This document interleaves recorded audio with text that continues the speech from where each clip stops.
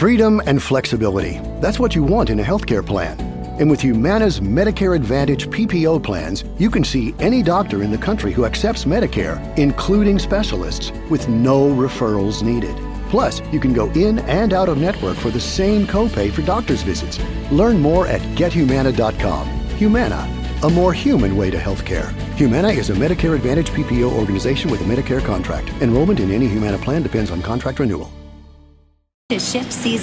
Back to the best in sports talk now on the only station serving Lansing with the best sports talk for 30 years. The Game, 7:30 a.m. Welcome to the Sparrow Stout on Sports on Lansing Sports Station, The Game, 7:30 a.m. Starring the Dean of Mid-Michigan Sports, Tim Stout. The Sparrow Stout on Sports is Michigan's longest-running sports radio show. From the high schools to the colleges and the pros, Tim has you covered. Give Tim a call on the Culligan Water Hotline at 517-300-4263 or send him an email at tim.stout@wilx.com. Now, celebrating over 30 years on the radio in mid-Michigan and member of the Michigan Association of Broadcasters Hall of Fame, here's the Dean himself, Tim Stout. On behalf of our partner, Shaheen Chevy Cadillac, good morning, everybody. On this Tuesday, October 8th, 2024, welcome to another busy edition today of the Sparrow Stout on Sports, right here on Lansing Sports Station, The Game, 7:30 a.m. It is your home for the local sports shows and programming in our area every day, coming to you live from the Driven Collision Studios right here at WVFN Radio. You know Driven Collision, 3200 West Main Street in Lansing, I-496 West, Lansing Road exit, and it's up the hill on the right. Phone number to get that vehicle cleaned up, get all the dents out, get all the problems you had on that fender bender out, 977-0955. We'll have a Driven Collision story of the day as we go through the day today. Brock's here. I'm Tim. It's cool. Man, it's going into the 30s tonight. Exactly. Going into the 30s tonight. Way it goes in October. Although it is a beautiful day in mid-Michigan today, and it will warm up. You can hear all the Channel 10 weather reports at the end of the news at the top of each hour. We'll have Quality Dairy stats. Quality Dairy, 89 great years. Get the QD mobile app, and that'll save you a ton of money whenever you need Quality Dairy. And who doesn't need Quality Dairy from time to time in the mid-Michigan area? It's cider and donut season at Quality Dairy. Go enjoy them. Pure Green Smith 3, breaking sports moments. You know Pure Green Smith 3 at 703-1111. It is lawn aeration season. The golf courses all do it at this time of the year. Why not you? So that you have that kind of a pristine-looking lawn for your home or business by this time next spring. You're always a guest on the Culligan Water Hotline at 340-263. Emails are always welcome. We enjoy your emails. tim.stout@wilx.com. Normally, the retired Deputy Athletic Director of Michigan State, Greg Ianni, visits in studio on Monday. He's due in today. He had a scheduled conflict yesterday. So we bumped Ellis from Tuesday to Monday. That'll get back to its regular rotation next week.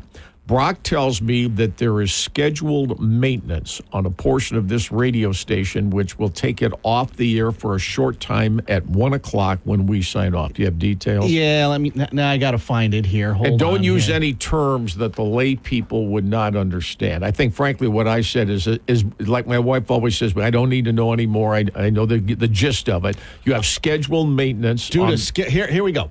Due to scheduled maintenance, the Game, 7:30 a.m. will be off the air today at 1 p.m. as soon as we're done here. However, you can continue to listen to the best in sports talk nonstop in the free Game 7:30 a.m. app or inside the Lansing Sports Network app. So you can still listen to it on the internet. It's just the on-air signal is going to be out due to scheduled transmitter maintenance. I don't know how long that lasts. I don't know either. Would that affect? We have a coaches show tonight, do we not? No, that's on 1240. And that would be 7 to 8. That's the Adam Nightingale Coaches Show. All right. So he's at 1 North tonight from 7 to 8. Over on the west side, yeah. And then does Jonathan Smith have his regular? No, not today. Because they're not playing this week. They're not playing this week, and they're usually out of town recruiting or doing other work during a bye week. A bye week for both Michigan and Michigan State. All right. So there you go. There's no Tiger baseball today. You'll hear the Tigers tomorrow at 3:08. From Comerica Park tomorrow, Game 3. Yep. Of the 4 baseball series, they're all now 1-1. All of them, means that how many of those 4 might have an eventual winner from the team that began the series without the home field advantage. Now, the home field advantage, they're all best of 3 series essentially, and the home field advantage switches to the San Diego Padres, the New York Mets, the Detroit Tigers, and the Kansas City Royals. Yep. So without any increase in price, I'm going to give you the 4 teams in order who did not have home field to start, who have the best chance to win the series. I'll start with San Diego 1. The best chance, okay. Detroit 2. Okay. Okay, New York 3, and Kansas City 4. I'll go with that. That doesn't mean any of them will win or any of them will said lose. they have the best chance. I think the best chance. You can argue with any of those 4. Sure. Now, before we move on to talking about the Tigers, because we got to at least get to it in this segment, how's the family in Florida? What's going on? Let's get to the important stuff. They're like millions of Americans everywhere who either live there, have family there, have friends there, have business associates there, and they're all sweating bullets about tomorrow. I saw video. Your colleague at Channel 10, Seth Wells, posted video of, what was it, I-75? I-75. It was I-75 heading out of Tampa this morning, and it was dark when it was still dark out. Well, it was overnight last time. I mean, I-75 anybody's been down there. I-75 north and southbound in the middle of the day in Florida it just normally is usually backed up, and some of that highway has 4 lanes. But remember now, if you're trying to drive out of there, what happens if you're low on gas? Is there enough gas to get everybody somewhere else? I mean, when we get on here tomorrow, I mean, there could be some distractions simply because of the state of humanity and the state of Florida. But, just talking with the staff in the hallway here, every person in here that I've talked to either has a family member, well, you have family in Florida. Well, my dad and stepmom are scheduled to head down to Central Florida, Kissimmee, Florida, this coming weekend. And I'm tempted to. Do they own property? Well, that's their majority residence. Their cars all have Florida license plates on them because they summer in Gaylord, Michigan. But they're in Florida majority of the year. I mean, you think you got issues. So, but they're not there yet. Our oldest was due to fly in here this morning. It took forever to figure out how to get out of there. Sure. But his flight got canceled last night. Oh man! So they're gonna hunker down. I mean, They're in St. Pete. They're gonna hunker down. They're not going to try to get out. Well, they're going to try to get to a safer location. Okay. Yes, but they're going to try to get to a safer location where they are. That means maybe having to go south. No, I think they're staying right in the vicinity. Oh wow! He has man. He has the one thing about a lot of people in the world who don't get a lot of publicity for doing things for other people. He's had a number of people who've offered their residences. Because he's out of his own house to begin with from Helene for a year, right. Minimum a year. He's out of there now. They would have come here, but I said to my wife, normally that's a fun time and watch the games and play golf and go to dinner, blah, blah. That won't be the case. But I said if he time. would have been here, if he'd have got in with that flight, well, you think that's going to be a lot of laughs with him here sitting there watching the Weather Channel or having somebody get a live iPhone shot of the destruction and the damage in that area. So it's a distraction, I would think, for a lot of people. That's a state where, like I say, you may not live there. You may not have property there, but do you know friends there? Do you have relatives there? Do you have acquaintances there? Do you have business interests there? Blah, blah, blah, the whole deal. So, that's an issue this morning. Sports. So well, I got a Pure Green Smith Tree breaking sports moment. I think it's a good time to get that in here before Ianni gets here late in and I got a lot of ground to cover with him. I know. A lot of ground to cover. I know you do. You've talked about this, Tim, and now, according to Adam Schefter, the New York Jets have fired head coach Robert Saleh. Absolutely a lock. I mean, Aaron Rodgers can give himself a high five. Who's the coach? Yeah, that's the first NFL coach to get the Z. In week 5. You know what I tell Solly? You got a break. You don't have to go through every time Rodgers has been with somebody, whether it's Green Bay or New York, there's trauma in the last 3 or 4 years of his career. All right, so they got to pay him off. And they weren't going anywhere. I mean, they weren't going anywhere, in my opinion. They weren't going anywhere. So, have they named a replacement? Yeah, that's a big. I'm trying to that's a find big out story. more I mean, information. I thought Sal yesterday. I said he's the first coach that's going to get fired, and he can thank Aaron Rodgers for that because they made a huge deal of getting him. Now we're Super Bowl bound, and I thought nothing could be further from the truth. But who's going to get the blame if they're not Super Bowl bound or playoff bound or divisional bound? You know, it's obviously going to be the coach. The coach is the easiest one to get rid of. So he's out on the open market. So, That's according to Adam Schefter. So there you go. So the New York Jets, they just lost to Minnesota and London, England, Sunday morning, 23-17. So there's that. It's not even on ESPN.com yet, although it will be shortly. I just saw it on the crawl there, and then I just see Adam Schefter's tweet. All right, I got 2 high school bits, and I'm going to get them in right now simply because then we won't. Assistant Jeff Ulbrich. I'm assuming he's an assistant, will be the interim head coach for the Jets. So whoever, I don't even know who Jeff Ulbrich is. I'm assuming, like I said, he is a assistant. All right, let's give you our let's give you our Gillespie Group Daily Sparrow Stout on Sports High School Salute. The Gillespie Group's Join Our Team campaign is underway. Do you want a career opportunity at Gillespie? They're looking. Gillespie-group.com/careers, and they've made some hires, and they have a couple more left. Maybe that's got your name on it. For any issue or any tour of a Gillespie property, call 679-7364.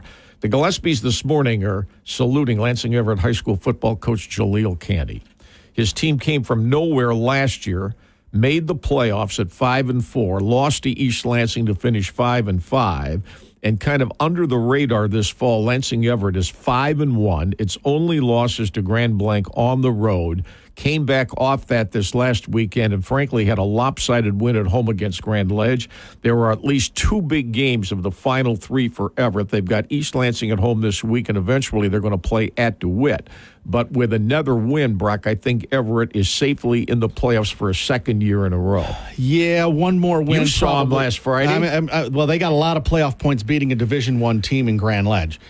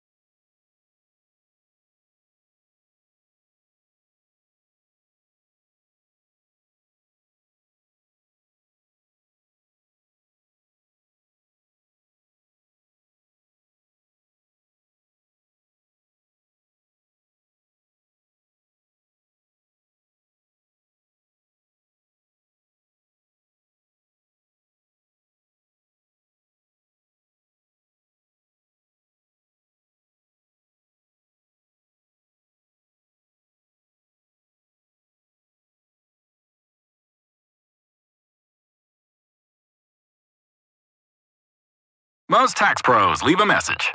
It's Jane. I'm moving on to a TurboTax expert who beat your price. Adam Devine, tell him how I feel. Hey, tax pro, she's been thinking twice. Best believe TurboTax will beat your price. This is a tax break. Switch to a TurboTax Live expert and we'll beat what you paid your pro last tax season. Make the switch at TurboTax.com/beatyourprice. TurboTax full service only. Sign up by 12/20/2024 and file by 4/1/2025. Full details at TurboTax.com/beatyourprice.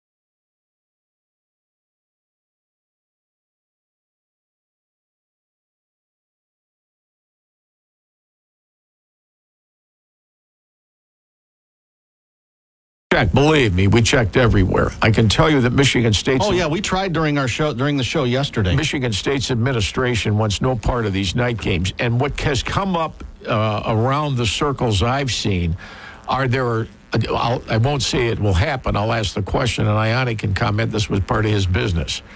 Could Michigan State suffer in future season ticket sales from the people who say, if they're going to play all these night games, why should I buy season tickets because I don't want to be there at night? As it is. So how many have they had? Florida Atlantic, Boston College, Ohio State, 3, Oregon 4, Iowa 5, Purdue on Friday night, November 22nd. And by the way, I think good seats are going to be available for that. That would be 6 right there. So the afternoon games have been Maryland and Prairie View, and we don't know the start time for the other 4, okay? Indiana here November 2nd, November 16th at Illinois, and the November 30th game, the last one, at home against Rutgers. So if you're a season ticket holder, you realize that of the 7 home games, 1 was Prairie View, right? Big deal. And then the last 2 are November 22nd, a Friday night at 8 o'clock against Purdue, of all teams. I don't know what the lure is for that. And it was in the preseason that game got announced as a Friday night, November 22nd game. What, Fox has that, right? That's the Fox Friday night game, yeah. And then the Rutgers game, that's at home Thanksgiving weekend, November 30th. So either way, you're getting 2 at the bitter end. Who knows what any of them will be playing for? Who knows what the weather will be? So other than the Ohio State game, which at least was played when the weather was better, right? Mm-hmm. But still a night game. Because there are a lot of these people who travel to get in the area, or those who going home in the immediate area, but at night it doesn't, flow quickly to get out of here. That's what I maintain with night games. That's why so many people leave, beginning at halftime or beyond, especially the students. Because, we don't want to Michigan students. We don't want to get clogged in here. Look at Michigan students. They clear the heck out of there in the second half, and certainly in the fourth quarter. It's not going to. The only thing that's going to change is the quality of the schedules, because the networks are going to take over. They've already taken over. They've taken over when you're going to play.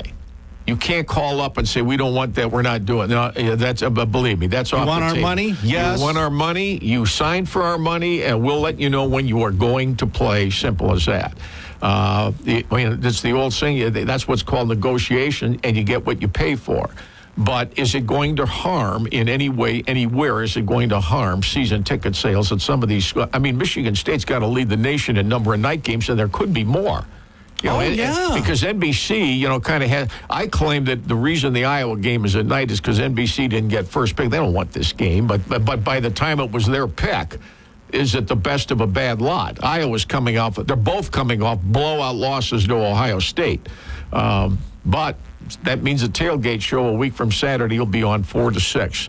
And when we get the word on Michigan, that probably may not be till next week, next Monday, yep. I would think, for the Michigan game. But I'm just telling you what he said to us. Remember, I came in here that next day. I said, Serrata, who you know. Oh, yeah. He said NBC just called him and his buddies there informally said, we think the Iowa and Michigan games are going to be played at night. I don't know about Michigan. It hasn't been announced. Iowa has been announced, and it's 7:30 on Channel 10. Although it's a huge break for Channel 10. Michigan at Illinois, 3:30 CBS a week from Saturday. That CBS picked that one. So there you go. I understand. Is Michigan, Illinois better than Iowa, Michigan State? For the most part, yes. Michigan's got the brand name, and Illinois is having the good year. By the way, Mike Pearson's going to join us tomorrow in the first hour, our Big Ten historian, because Illinois is in the news. And Illinois still has home games with Michigan and Michigan State before the season is done. Here's my next thing I asked Brock this morning. I'm not telling, I'm asking. The way attendance is going, when they get to the college playoff, the top 4 seeds get byes. In December 2021, you have 2 games with the 5, 6, 7, and 8 seeds of the 12 having a home game before the bottom 8, the next 8, the before we get to the quarterfinals, survivors, they go to bowls. They go to New Year's 6 and the top tier bowls. Yeah. So I'm suggesting, just because 5 through 8 in the seeds get a home game, if the game's in the north where weather is a factor, depending on the school that gets the home game, why are those games necessarily going to be a sellout? They're going to be played during Christmas break when no students are on campus anywhere. You're going to have the holiday time when people are either traveling that weekend or they have family around, and this is not a priority. And boy, my big screen TV in front of the fireplace looks good. Depending on who the 4 home teams are, True. 5 through 8, I'm not convinced, and the prices of tickets automatically get jacked up dramatically. I'm not convinced in any way that any of those 5 through 8 seeds who get that home game are necessarily going to have a massive home field advantage from the fact that the stands will just be overflowing. Part of it's going to depend on who gets them, right? I mean, there could be southern schools that get them. Right. We don't know. Yeah, it could be that weather's not a factor in any of them, because with all the good schools that are playing in the South who are going to get into the playoffs, some of them, if not most of them, could be seeds 5 through 8, so weather's not going to be a factor December 20 or 21. But when those students are on campus, and students make up a bulk of the attendance and the stadium in terms of patrons, and they're not there, how's that going to play out? I mean, Brock, I got to be honest with you. Last Friday night, after the high school game, sitting right there in front of the big screen, fireplace. And Tim, I know how you are. I mean, been you know, very that vocal. thing, and I said, I got a nice view of this. I don't have to go through any of all that baloney, these other, you know, and so forth. And when it's Betty by time, you know, I'm not going through the crowd to get out of there. I keep asking myself, how many more and more people, as they get a bit older, say, been there, done that, been in the stadium, had that experience. The experience is different and more expensive. I still enjoy the game, but I'm going to enjoy it more at home. I don't know the answer. You said that for a few years I mean, now. I'm not saying that's going to happen in mass. I'm asking the question, do you think that could be a trend moving forward all over America, more at some schools than other schools? What I can tell you is that we are back on the internet, thegame730am.com. Well, that's good. Everything's fine. All right. Well, what happened? What happened? I don't know, Tim. I'm not that technologically advanced, okay? Well, I always think you are. It's the one thing I will give you credit for. Stop. Yeah, we'll take a quick break. Stop. Culligan Water Hotline is 340-263, and our email address is tim.stout@wilx.com. On we go with the Tuesday Sparrow Stout on Sports.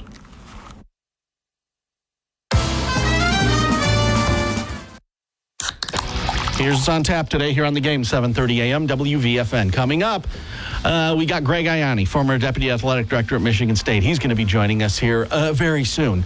At 1 o'clock, well, you'll be able to listen on the game, 730am.com. ESPN Radio, Greeny will be up, and then it's the huge show after that. On 1240 WJIM tonight, 7 to 8, it's episode 2 of the Adam Nightingale Coaches Show. That's from 1 Northwest out by the Lansing Mall on the west side of town. And that's what's on tap. The game, 7:30 a.m. WVFN. Tailgating season or any other special occasion, Tom's Food Centers in Okemos and Portland are ready to make it great for you. The Antaya family has created Tom's Food Centers, and they upgrade the stores with new renovations on a consistent basis. And it's also so convenient to get in and out right away 7 days a week. A lot of things on sale. The stores are fully stocked. They're neat, clean, sanitary. And for all those special occasions, you can dart in and out anytime, 7 days a week. Try them. Tom's Food Centers in Okemos and Portland. We all want more out of work and out of life. More top-line ideas, more bottom-line results, more support on the job to get us more time away from the job. To get more, it helps to have a trusted partner like Blue Cross Blue Shield of Michigan and Blue Care Network. It doesn't matter how big or small your business is. We help you stretch dollars and offer the healthcare coverage you want so you can focus on your job and life away from it. To see what Blue Cross can do for you, visit timeformore.com. It's amazing to me the fabulous quality of Wash World in cleaning your vehicle. 2 locations in our area, Okemos and Jolly Road, and on the west side I-96 at the MLK exit. State-of-the-art, full service, free vacuum. Who offers that? $2 off on Wednesday, gift cards available, and you can get monthly and yearly wash subscriptions. You're in and out right away. Your vehicle looks great any time of the year. Make your car or truck look great at Wash World. The best in quality, the fastest service, believe me, in Okemos and Westside Lansing. Quality Dairy, 89 great years serving the mid-Michigan area. If you live in this area, there's a Quality Dairy story near you for anything special anytime of the day. Hey, it's cider and donuts season. Nobody has cider and donuts like Quality Dairy. And download the QD mobile app because you'll get great savings with it. Some of the stores, of course, have laundromats and there's gasoline elsewhere. But through your life in mid-Michigan, you know doggone well over all these years, Quality Dairy, there to help you and serve you in the past and in the future, to be sure. At Humana, our Medicare Advantage plans give you coverage and care you can count on, along with guided support to help you feel your best. You could have a plan with a $0 premium or an all-in-one plan that may include medical and prescription coverage, as well as routine dental, vision, and hearing. Learn more at gethumana.com. Humana, a more human way to healthcare. Humana is a Medicare Advantage HMO and PPO organization with a Medicare contract. Enrollment in any Humana plan depends on contract renewal. City Limits in Mason, what a gathering place for people who've enjoyed bowling and just recreation and get-togethers for a number of years, and it's going hot and heavy, and it's safe and sound, and you ought to see all the people in the parking lot who enjoy City Limits every single day. You can sign up for a bowling league for a special occasion 7 days a week after a game, or go watch games on the big screen TV. City Limits on Cedar Street in Mason. Everybody knows where it is, and everybody loves it. You'll love City Limits Cedar Street in Mason too. Custom built design and renovation in Meridian Township in Michigan is ready to renovate your home, build you a deck, redo your bathroom, your kitchen, and you see those custom built signs all over the mid-Michigan area. Call for a consultation at 881-9871. They have so many tremendous opportunities for you. If you're looking for a pro home remodeling contractor in our area, look no further than Custom Built. Contact them today for free estimates. What a great company for renovation. New incentives for you from Dominic at Sparty's Coney Island in Frandor. Open till 2 o'clock each day. 20% Burger Thursdays. You know how great the Coneys are, especially with half prices on Tuesdays. But now Thursdays, 20% on burgers. And man, is Dominic excited about that.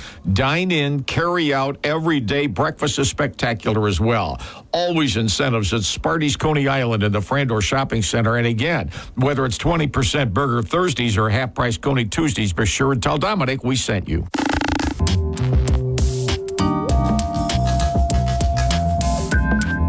If you need real estate help, we always remind you, tell your friends, if they need real estate help, you want the Munn team. You don't want anybody else. You want the Munn team. I mean, it's a sincere recommendation. John's cell phone is 881-623. Jan's cell phone is 282-6781.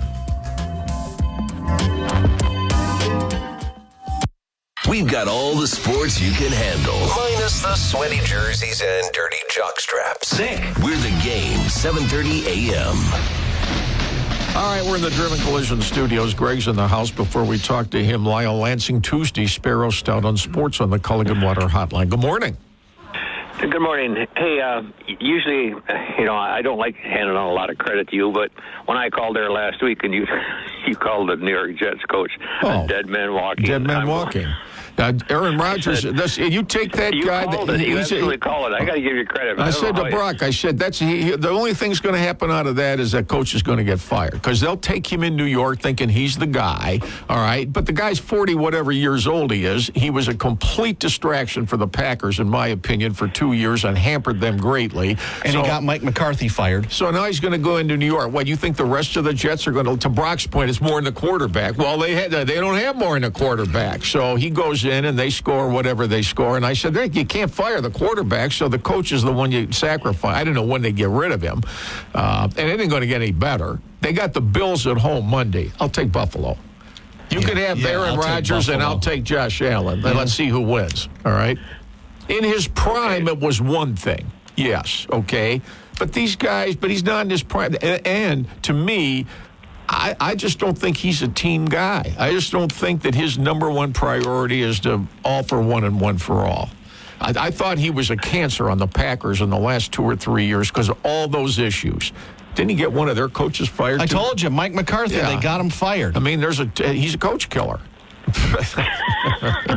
He told the Packers, fire him or get rid of me. Yeah. I mean, you knew this guy, Sally, was never going to serve. And then all the baloney, we're getting along. But, what's the bottom line? They're not winning, and so the coach is gone. Well, I'm glad Channel 10 doesn't have that same philosophy. Yeah, no kidding. There's clearly some truth to that.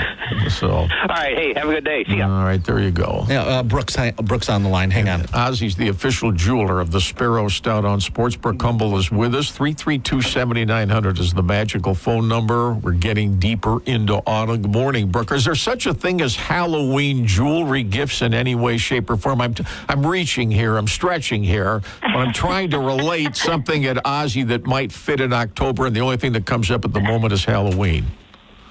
Halloween. I don't really sell a whole lot of Halloween jewelry. I'm sure if you had your heart set on like a spider or a pumpkin necklace or something, I could probably find one for you. I have no doubt.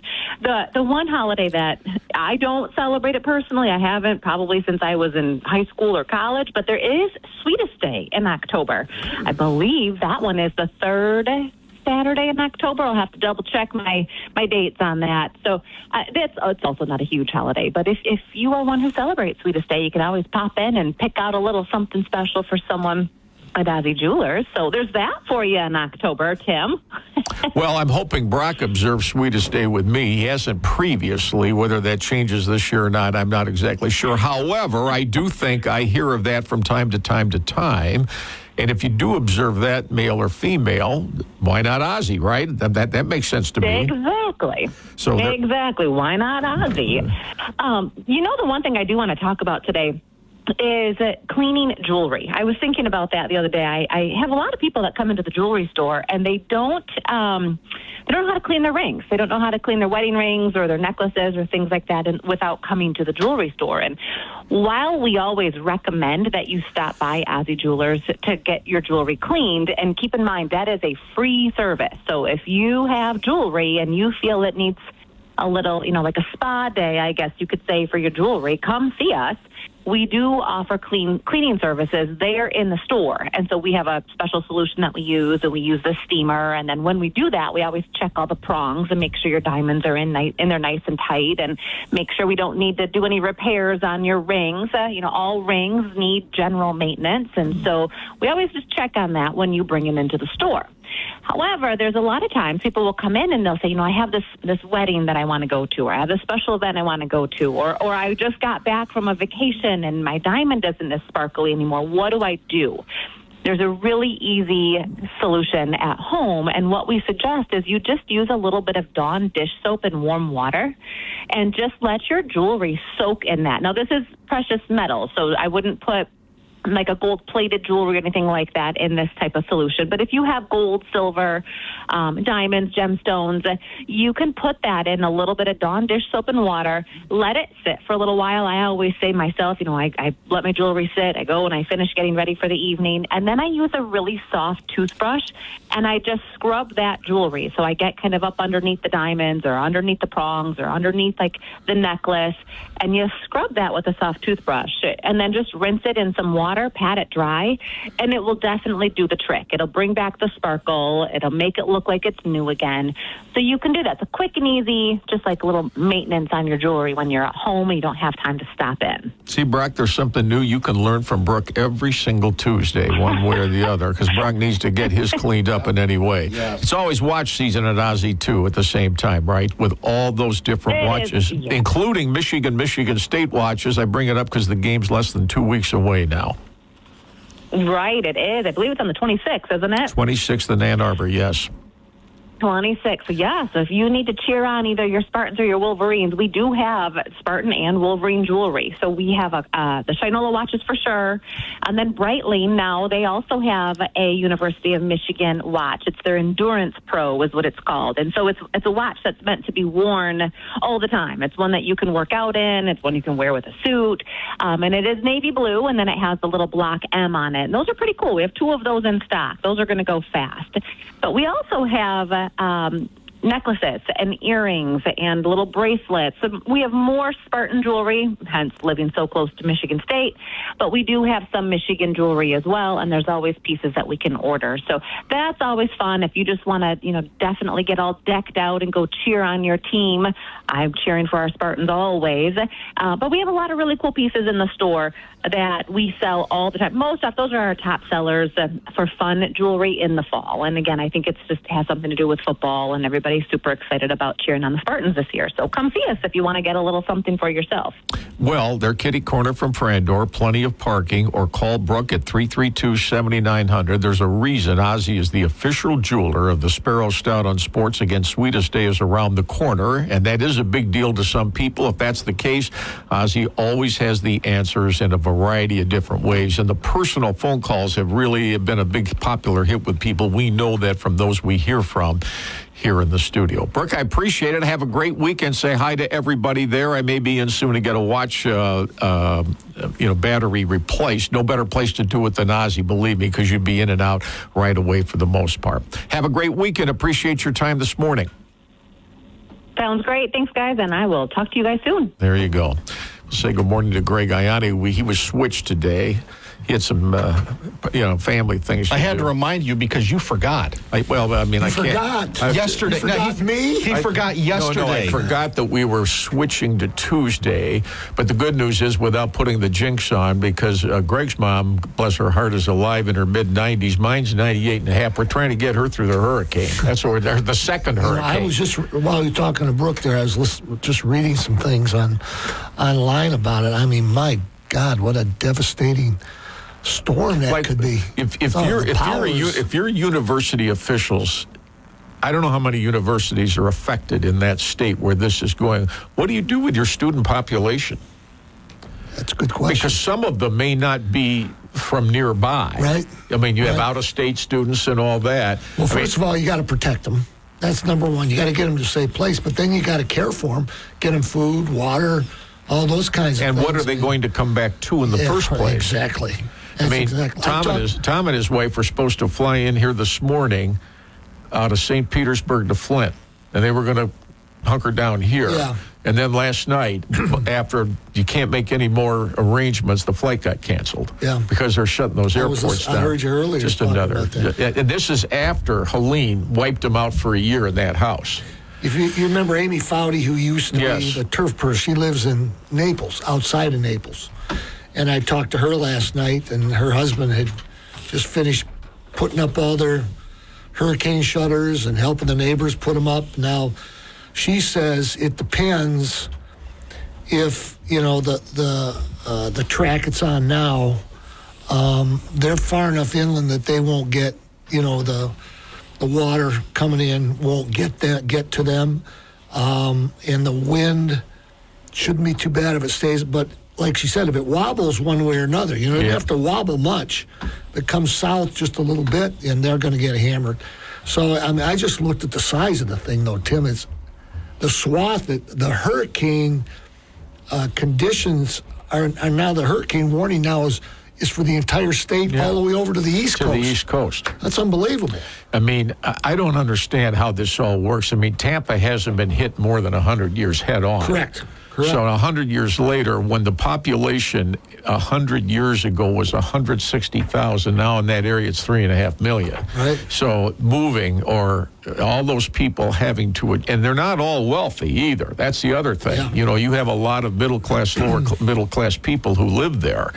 How they do? I know what it is for the full. We have 4 locations down there of family members, all in the same Gulf area, all in harm's way, all of them. And I said to Brock this morning, how many people anywhere in Michigan either have a relative there, a friend there, a business acquaintance there, or you live there at times, you know what I mean? I mean, Florida's a big part of the United States for people who don't live in Florida. Amy and her husband, after Helene went through, of course it just churned the water up down there a little bit and got some debris on the beach, but they went down to the beach, stepped into the water, She said, the water is so warm. Oh. She said, you can't believe I was there in June, and I don't go into the Gulf or the ocean. We were there in June and had the grandkids down there. So we were staying at a Hilton right on the beach in Siesta Key. I couldn't believe how warm the water was. I don't know enough scientifically why that creates turbulence. Yeah. I don't know enough, but if you're asking me, did I go in and have to get it was too cold like it is in Lake Michigan or Northern Michigan most of the time? I stayed in it because it was warm. Yeah. I mean, not modestly warm. I mean, it wasn't hot tub, but it was warm.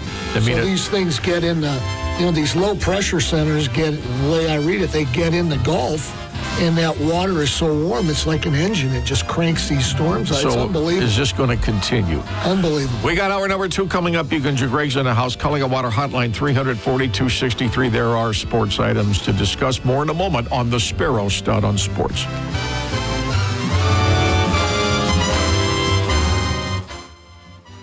This October, Tanger invites you to shop pink and save lives. Your donation of $10 or more to the Breast Cancer Research Foundation helps fuel innovative research that brings us closer to a cure.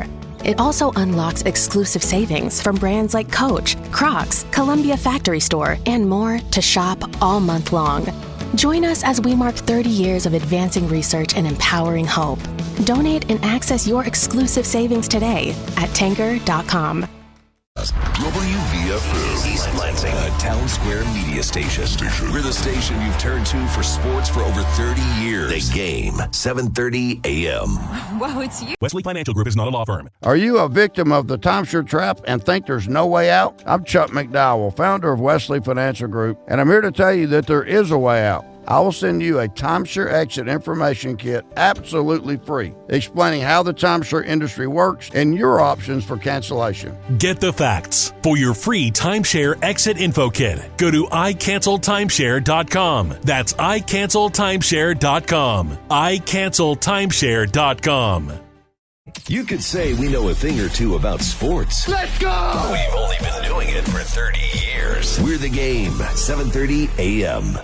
Welcome to the second hour of the Sparrow Stout on Sports, starring Tim Stout on The Game, 7:30 a.m. You can call the Dean on the Culligan Water Hotline at 517-300-4263 or drop him an email at tim.stout@wilx.com. Now, celebrating over 30 years on the radio in Lansing, here's the Dean of Mid-Michigan Sports, Tim Stout. Hour number 2 is brought to you by the 2 Wash World locations in our area. Those are the car washes that you want to have make your vehicle look super. Matt Mattis has got them at Okemos and Jolly Road and I-96 at the MLK exit. $2 off on Wednesdays, always free vacuum service, gift cards available, frequency discounts, and you're in and out right away. There's no such thing as a long line because the lines go through that thing in a heck of a hurry. The 2 Wash World locations. We always appreciate it when Greg Ianni stops in and visits with us in studio, usually on Mondays when he has a few moments, and we have him in here today. So I haven't seen you since last Monday. Let me start first with the football on the weekend from an administrative angle. The Southeastern Conference has a fine for any school where fans get on the field for any reason after the game in mass. That happened at Vanderbilt beating Alabama, and it happened at Arkansas beating Tennessee. So those 2 home schools got fined $250,000. What do you think of that, and why doesn't the Big Ten have that rule? Well, I think it... and a second offense in the same season is $500,000. Keeps going up. Keeps going up. $250,000 every time. Yeah. Greg says it's a good investment. It's hard to control, Tim, and but it's a dangerous situation, and you see it in basketball especially. They have the same situation that's fined. They get fined if they rush the court. It doesn't seem to be much of a deterrence. And when you get that many people who want to go in a certain direction, you can't have enough security people to stop it. Well, the other thing is, it's an emotional game, and it's emotion. You have to beat a good team to get that kind of a response. So Alabama and Tennessee got beat. You got those players trying to get off the field, but emotional as they are, what's to prevent some goofy fan on the field saying something or going after some opposing player, and now here they all go. No question. The other thing that's the goalposts. Those kids climbing on the goalposts, and then the goal. Did you see that goalpost snap? I mean, that's very, very dangerous. I mean, somebody can get severely hurt. So, Iowa has goalposts that they actually lower to the field immediately after the game. They lower them to the field. So if somebody gets on the field, they're not getting to the goalpost, and they surround the goalpost with police. So, I mean, Iowa, you can get on the most of the stadiums in the Big Ten, you can get on the field fairly easily, except ours. Michigan State's difficult. There's a few others that are difficult. So, I don't know, Tim. It seems extreme to me. Seems extreme. Were you on the staff when Perlis is? No, when they put those they put the fake goalposts. No, I wasn't here then. I heard all about it. I'm telling you. Yeah. There's not much that cracks me up. So George says, we win this big game. They get the goalposts. You can have them because we're just going to put these wooden goalposts up. And I'll never forget on a play in the end zone. I think it was against Iowa. One of their defenders hit it, knocked it down. Yeah. Oh yeah, I saw that. So you see that on the blooper reels all the time. So you can't fix it. It's a guy out there with a nail and a hammer. So what? And they had to use one of those big extender ladders, and they had to have a guy stand up there and hold it up. And it was a little bit of an angle. Said if the guy can't get his kick up, aim for the left corner there because it's about 2 feet lower. I mean, you can't make this stuff up. I mean, and it took forever, and nobody knew what to do. Nobody knew what to do. Yeah, that was Perlis' first year. I think it was in 1983. Oh my golly! I tell you, I laughed so hard when I saw that happen because he made a big point during the week of advertising the fact that we don't want anybody hurt on the goalpost and tearing a goalpost, and they're expensive. He says those are expensive to redo. Blah blah blah. So I hope it's not an issue, but we're putting wooden goalposts up, and the Iowa guy ran into it, knocked it down at the tunnel end. He knocked that thing down. And the guy standing on a ladder holding the crossbar. Oh, God. I tell you, you keep thinking you've seen everything around it. That was the blooper to me of all time at Michigan State. And I always think about it when I see, because I haven't seen goalposts being hauled out of there. You never storm the field at Alabama and Georgia. No. They're used to winning. There's no game that would send you to the field. Oh, Dave Ellis tells me, Brock, it was Muddy Waters' last game in 1982. It wasn't 83. It might. Okay, that was the game. Yeah, because that was the game. The last time I saw Michigan State tear the goalpost down were 87 when they beat Indiana. The goalpost came down that day. I think George had fake goalposts in there then too, because wasn't he the athletic director at the same time? Not in 87. No. Not in 87. No, he was not. That's correct. But at any rate, it's one of those things where the vision of the thing does not go away in any way, shape, or form. But with a sunken field, if nothing else, if you're determined to get on that thing and jump over that wall, that's dangerous too, isn't it? Yeah. You have a lot of broken ankles. They lowered the field at Michigan, but that hadn't stopped them the last 2 times they beat Ohio State here. Michigan's field is lowered, but it's not. It's pretty easy to get down. It's only about 3-4 feet. Yeah, it's true. You're right. Very high. Yep. All right, so now I've thought about this TV starting time. Yep. What I didn't think about at the time, when the Big Ten, like the NFL, started going after multiple networks, and the Big Ten only had essentially ESPN and the Big Ten network, there was only so much room for games. But now with NBC negotiating a night game, that means they have to have a Big Ten night game. And if they don't have the primary pick, they may end up putting a game on the air that isn't necessarily worthy, that the nation can't wait to see. I don't understand. What happened in the offseason that caused Fox to say we're going to do Purdue, Michigan State, November 22nd on Friday night? It's one thing if it's Friday night, November 22nd, if it's Penn State and Ohio State. Well, Fox probably didn't have, there's a sequence of who picks when. Right.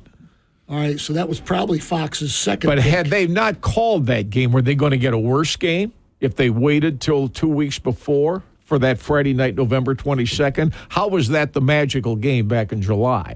Well, what I'm saying is, Tim, the other games that they would have wanted are already picked. Right. So they were going to, to me, that was the best game left for that time slot. I mean, Brock says I got them. CBS next week, October 19th, they took Michigan, Illinois at 3:30. Yeah. Now, I have to believe if they didn't, if NBC could have had a game, Michigan, Illinois would have ranked ahead of Iowa at Michigan State. CBS might have had first pick. Absolutely. Because Fox has not picked a game. USC is playing at Maryland, 4 o'clock, FS1. That's an FS1 game. Or, of course, Oregon's at Purdue, Friday, October 18th. Nebraska to Indiana, TBD. Wait a minute, so you're telling me that that's the TV game Friday night is Oregon at Purdue? Third-ranked Oregon at Purdue a week from Friday at Ross-Ade Stadium. I mean, I've got to believe some of these networks, Greg, are taking these games, especially during the conference portion of the season, by default. Why does Fox want Oregon at Purdue? Because they got Oregon. They don't care about Purdue. Well, but it's not going to be a game that's got you on the edge of your seat. Yeah, but you got to look at the other games that are played, Tim. Well, no, I understand. Is it the lesser of eight evils? The sequence, it's in the contract who picks when. And there's some weeks that have higher priority than others. Yeah. Okay, so earlier in your career, during the previous media rights setup with whatever TV, how much influence did Michigan State or any other Big Ten school, for that matter, have on a suggestion, this is when we want to play this game, and you had the authority to say no? If you had any. Did you have any influence on when games were played and what time they were played in any way, shape, or form? At the end, we could voice our concern, but sometimes it didn't matter. But at least you could voice your concern. The last contract that we were under when I was there, been the last, since the Big Ten Network started and Fox got involved, and we had Fox. That's 2007. And ESPN. So from there on, it was pretty much set in stone, when these games were and how they were going to be selected. But there weren't that many night games, Tim. We've kind of migrated to these night games, and because you have so many platforms now, that they want to fill those slots, and that's how they're making their money. I get I said it last week when you mentioned that the president had mentioned to you that they don't want. Well, Luana never wanted them. No, she never wanted them. But you know what? So what, Mr. President, Madam President? Doesn't matter. You signed your life away. You signed your ability to say yes and no away, to take the cash. So sit there, shut up, because the more you talk, the dumber you look. Okay? So just shut up, because it's not going to change. Do you think it's going to affect future season ticket sales at a school like Michigan State if there are those who say if they're going to keep playing multiple night games, and this year it's 6 and counting, because they're not complete. They haven't assigned 4 times yet, all right? There's 4 games that still don't have a time yet. Yes. Unequivocally, yes, Tim. It's going to affect season. And you know what? You know what's even worse? You don't know. See, when you buy a season ticket, you don't know what time the games are. There was let alone the date. The date. I mean, could be Friday. Could be. You don't know. God, heaven forbid, back when, not too long ago. I mean, when they sent you your tickets, 1 o'clock. It didn't say TBA or TBA. It said 1 o'clock or 3:30. Okay, not anymore. And that's part of the problem. People like to be able to plan. They want, people have lives to live. They have other things that they want to do. They have other interests. Well, to me, if you're holding most of the cards, which apparently the Big Ten was to get multiple networks, it would seem to me, if I want to do nothing else, okay, you guys want to name the times. We're going to negotiate this where you have to tell us your schedule in the summertime, so that I can tell all of our season ticket holders or anyone else just what you said. This game's going to be played when at this time, this one. But I understand why the networks want to negotiate a flex schedule. Mm-hmm. Well, if they had asked for that, they wouldn't have got the kind of money they got, Tim. Probably not. Okay, so they need the money. This has gone by past greed. I mean, I wonder if it's a necessity. On the Big Ten negotiating side, was that anticipated that we may have issues with this moving forward? That we're going to get stuck with a number of for instance, I mean, even for the teams themselves, preparing for a game and you got just a few days to know that, well, I got to kill another day because we're going to play at 8 or we're going to play at noon or whatever. You know what I mean? Yeah. I mean, there's just so much uncertainty. I would think most people who are going to go to the Michigan State game, let alone watch it, would like to plan well in advance. This is what it's going to be. And so now we know when the game is. And you may not know this thing with them till next Monday. You may not know. That's correct. And for the teams, the bands, the vendors, That's the correct. police, as I say, I still remember, and you're right, Luana always told me she never wanted night games. No, she did not. But the current Kevin Guskowitz, he was on the tailgate show. He minced no words. We do not want night games. Mm-hmm. What would have been the ideal time for you between noon and 3:30? What was in Michigan State's best interest for a home game for a million different reasons? If you could only play one time all season between noon and 3:30, what's the best time? 3:30. Thought 3:30 was the best time. Gave people time to get there. The game was over at a decent time to get home. You could enjoy the best part of the day for your tailgating and all that kind of stuff. I always thought the 3:30 games were ideal. Well, not only that now, with the Oregon game last Friday night, okay, for them, that's a 6 o'clock game. So, they're going to get done at 9:30, blah, blah, blah. But even if you watch it in the Eastern time zone and you're an Eastern time zone school and you're playing Friday night, you realize the game's not going to get over till nearly 1 o'clock in the morning your time. Right.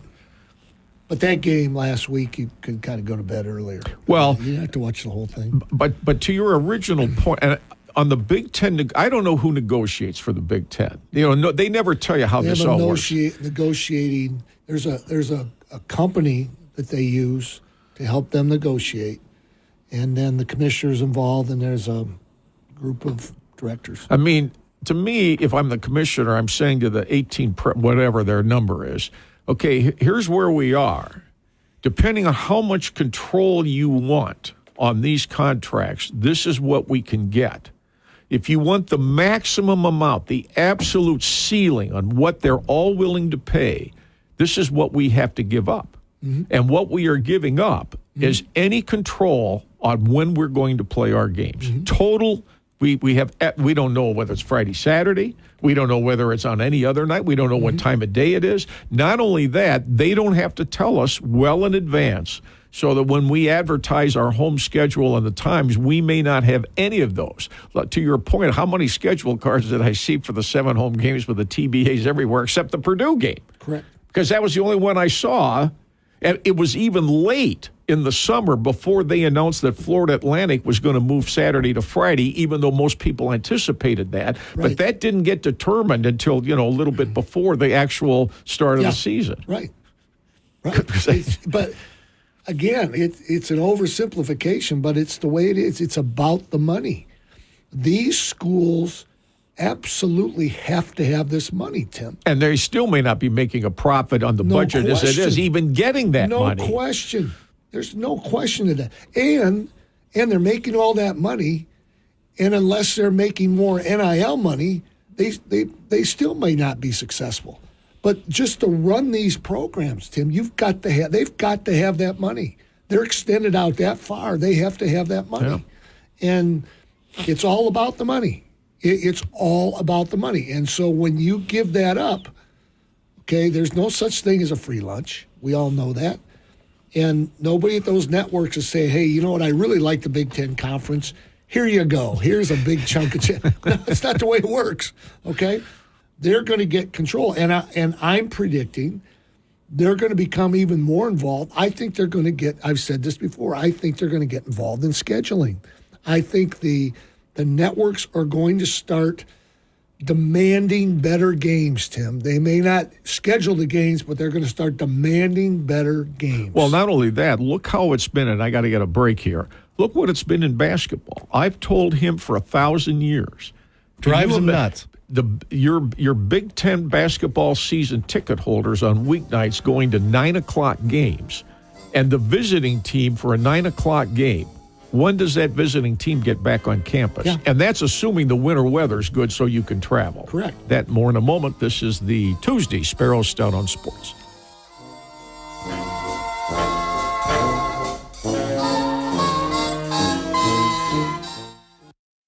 This could be your favorite sports bar in Lansing. Arts Pub, Kalamazoo Street in Lansing, serving all 3 shifts. Downtown in Lansing, 977-1033 for questions or carryout. The menu is at artspublansing.com. Closes at 11 p.m. each day. Outdoor seating, serves great cocktails, no reservations needed. Mellow game day hangout, serving a wide menu of pub grub and pizza and a shuffleboard table. Greg Sinacropi has done a great job making Arts Pub spectacular downtown. You never know what time of year you're going to need the talented people and services of Doty Mechanical, 615 South Waverly in Lansing, one of the terrific service companies in our area through the years. Heating issues, cooling issues. You need a generator. You need plumbing help. All of that and more from the great technicians at Doty Mechanical. They carry the Carrier products. They're the exclusive distributor in the area.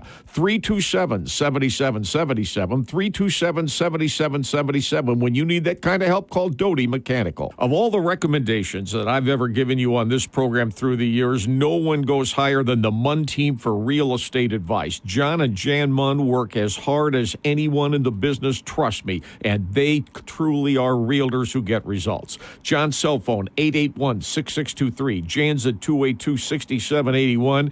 And when they put the 1-2 whammy on a sale or to get you the best deal possible, you have the best people working for you. The Munn team, realtors who truly get results for anything real estate. We've partnered for years with our official pizza, Cottage Inn Gourmet Pizza. You always get fast delivery and a variety of specials every day. Order online at cottageinn.com. Convenient locations all over our area, especially East Lansing and Okemos. Cottage Inn Pizza offering a wide variety of gourmet pizzas, and you can build your own just the way you want. Handmade dough closes at 11:30 each night. Way to go, George Hoover, with the continued growth and success of our official pizza, Cottage Inn Gourmet Pizza.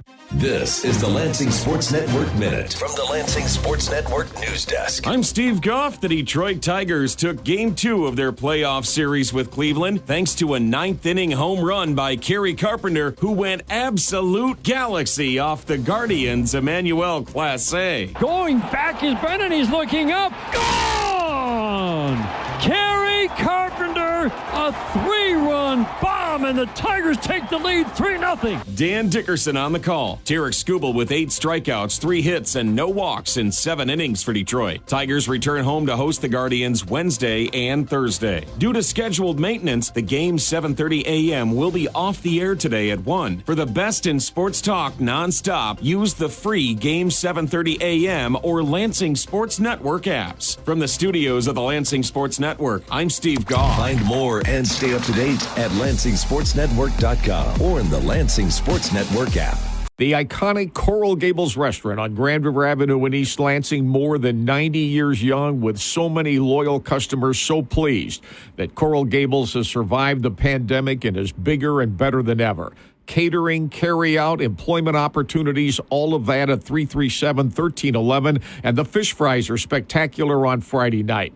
When you've got some time to spare with friends and family, you know what the history's been like around that restaurant just east of the campus, Grand River Avenue. You'll always enjoy Coral Gables Restaurant, East Lansing. Does your money need to get a job?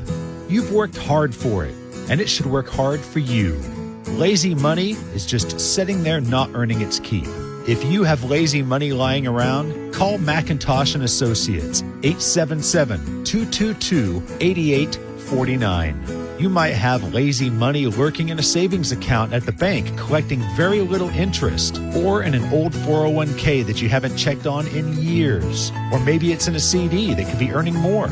Wherever your lazy money is, it's time for it to start earning its keep. The team at McIntosh & Associates can help you find ways to put your money to work. Call them now at 877-222-8849. You could be leaving a lot of money on the table by allowing it to sit on the couch. Get your lazy money a job today. Call 877-222-8849. Investment advisory service is made available through AE Wealth Management, LLC, a registered investment advisor. Does your business struggle with poor self-service inside the building? Poor cell signal in the place of work can create communication problems with internal staff and outside clients.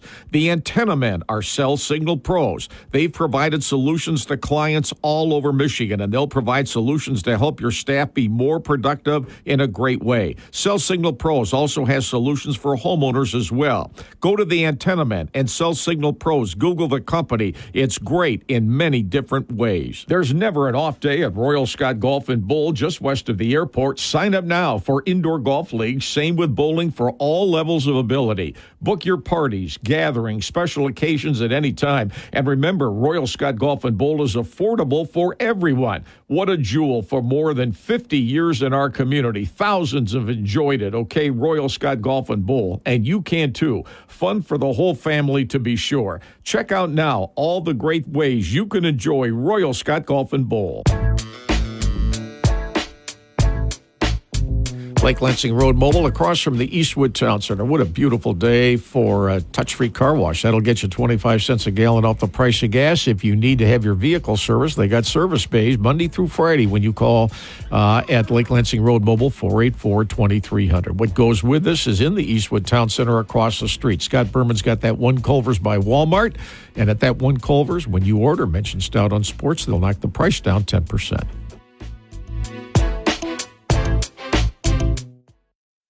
Game 730 AM studio is powered by Driven Collision.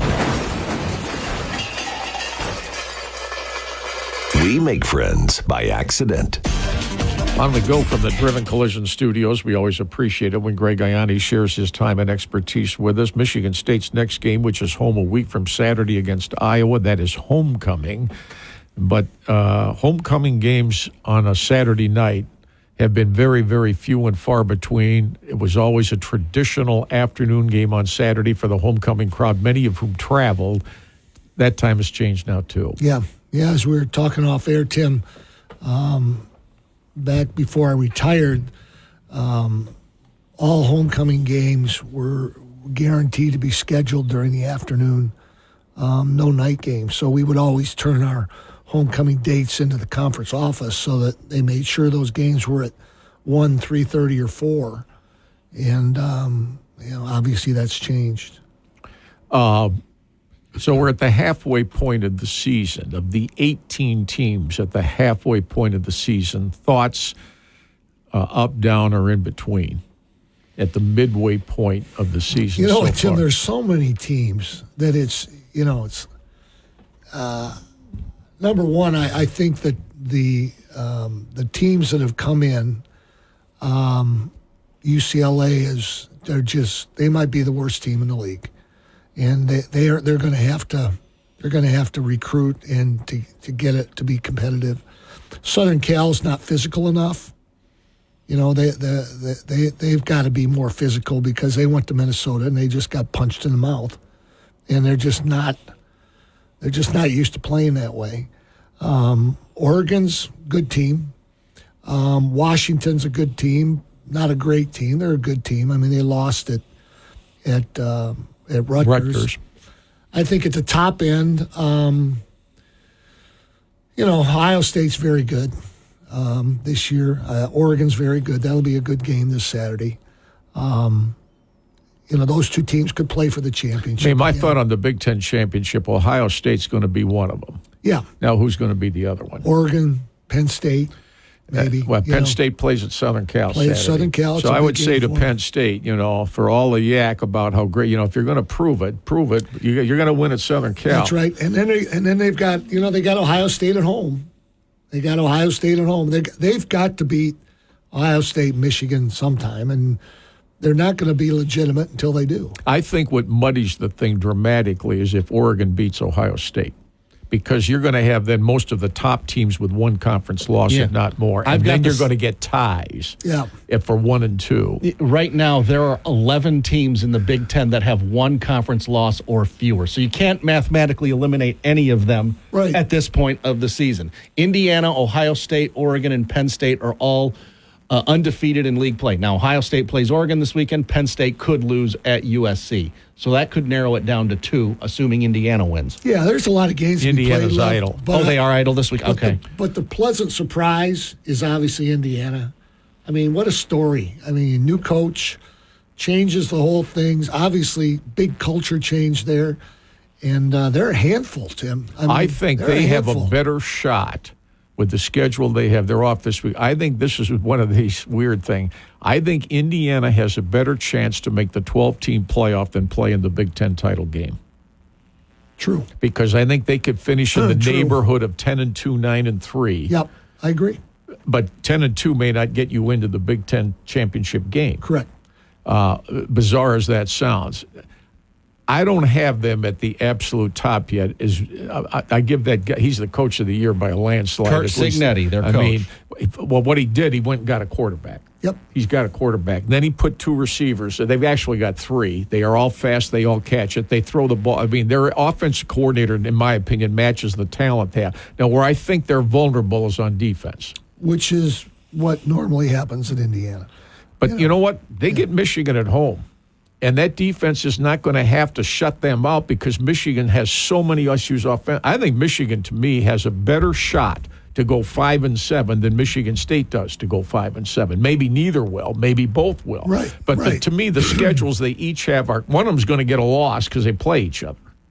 Yeah. So one of them's going to get another loss, whether it's Michigan or Michigan State. And to your point earlier, I don't see them fixing their problem. No, their problem is behind the center, and they've got 3 options, and none of the 3 are answers to the question. So and they're just going to have to muddle through the season. They've got some young guys. I guess the next year they'll have a new bunch in there, and they'll move forward from there. But they're still the defending national champions. So the school is. The team is. Right. I mean, Michigan is the defending national champion. I mean, when you stop and think about it again, that team lost 13 players to the NFL draft. Yeah. I mean, to me, that's going to take a chunk out of you. And they would say, well, these backup guys were just as good. They're just waiting their turn. Yeah, but experience is a big issue. It's a big issue. And their defense is fine. That's their strength, if you call it. Although I thought it let them down against Washington. But they're not. They're not going to shut you out either. No. Their problem is offensive line is right now is just average, and their quarterback is below average. That's their problem. And defensively, they're good enough to hang in there, keep the game close. But when they needed their offense to make a few plays, quarterback make a few plays, they just haven't been able to get that done. So. I mean, with the schedule they have, the only game that appears to be a lock win is Northwestern at home, the way Purdue is at Michigan State. But for both schools, to me, if you look at the rest of those schedules, I mean, every one of those games, especially in the Big Ten this year, there's no lock win or loss. No, that's correct. Although I'll take Ohio State against them in Columbus. Yeah, I think so. I think Ohio State. I don't know how Michigan's going to score in some of these games. Yeah. I mean, I don't know how they're going to score. And they say, well, there's title. I mean, wait a minute. In the second half at Washington, he didn't do anything. They didn't move it. They hardly moved it at all. It was the first half when he came in that they got that they moved it. Right. And then halftime came and Washington figured it out a little better. But to your point, he doesn't have 5 receivers out there. No. And if your best receiver is your tight end, how much are you going to get out of him downfield?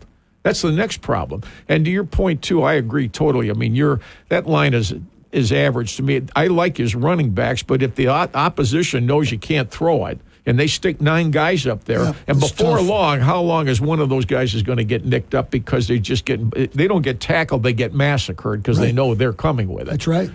That's exactly right, Tim. They fill the box, and they're gonna say, okay, go ahead and throw it. Beat us with the pass, but you're not going to beat us with the run. What I don't understand about Orji, if you had committed to play him, to me, they committed to him as a starter, but they didn't give him the playbook to let him throw the ball down the field. If you don't think he can do it, why did you play him in the first place? Because they had to try something different because they got tired of Davis Warren turning the ball over. All right, so fine. So let him do it. If he can't, I mean, you got to, in their world, they got to throw. They never throw it down the field with him. They never did. So 3 get batted away. Well, now we're going to pull the guy. And then when you get up far enough behind, we're going to have to throw it anyway.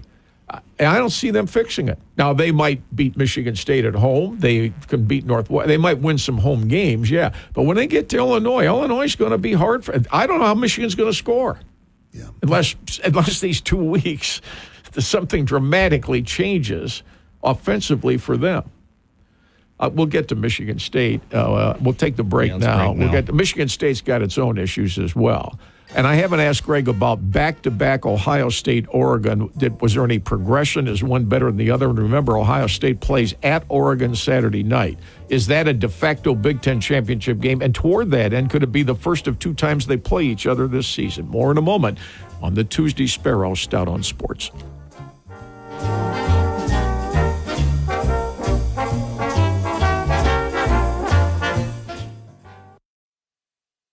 You're looking for a little quaint bistro for a getaway at any time after work? Well, the hot one in the area, as usual, in East Lansing, Sidebar. Right next to Abood Law, Abbott and Saginaw. It's wonderful for lunch or dinner or any special occasion where you don't want a jam-packed crowd, but there are televisions there to watch all the big games and a nice, quiet getaway. Try Sidebar. Google Sidebar. Take a look at what all they have for you. A wonderful menu, quaint, cozy atmosphere. Sidebar in East Lansing. At Shaheen Cadillac of Lansing, you drive the future with luxury at your fingertips.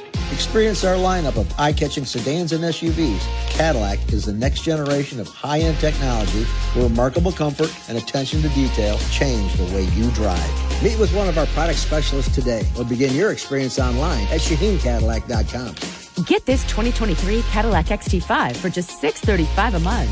Relax and enjoy the Shaheen difference. Our friend Val Orlando has done so well with City Limits in Mason, right? Well, he also has an all-state insurance agency that you hear us talk about all the time. He has a new location now with same great service. Stop in and say hello.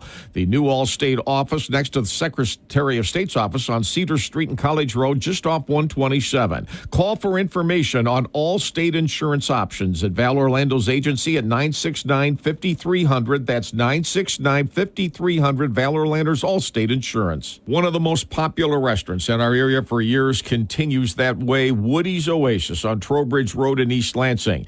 As the saying goes, eat at Woody's, live longer with a Mediterranean cuisine. And now the menu has some wonderful new items they're all excited about. Chicken kafta, along with their Woody's burgers, gyros, fries, and a whole lot more. For all the information, the website, woodysoasis.com, or call 351-2280. Woody's. Eat at Woody's, Trowbridge Road, East Lansing, and live longer. The Humana Honor Medicare Advantage Plan gives you $1,680 back each year in your Social Security check. Choose coverage that helps you keep more money in your pocket. Learn more at gethumana.com. Humana, a more human way to healthcare.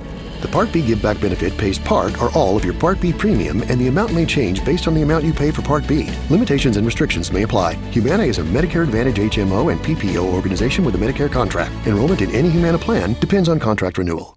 You need a family physician at any time for any issue. You want Lansing's veteran Dr. Thomas Jameson, who has faithfully served thousands of mid-Michigan families for more than 50 years. He's a member of the SEMA team now, Capital Internal Medicine Associates. His office phone, 374-7600, and his office at 3955 Patient Care Drive. Dr. Jameson has helped so many people in so many ways. He gives physicals to athletes at the same time. Dr. Thomas Jameson for you. Michigan Plumbing, a leading provider of plumbing, drain cleaning, and water heater services to homeowners in the mid-Michigan area. And you can get an expert in your home free for an evaluation. Call 322-2994. 24/7 emergency plumbing and drain services for the entire mid-Michigan area.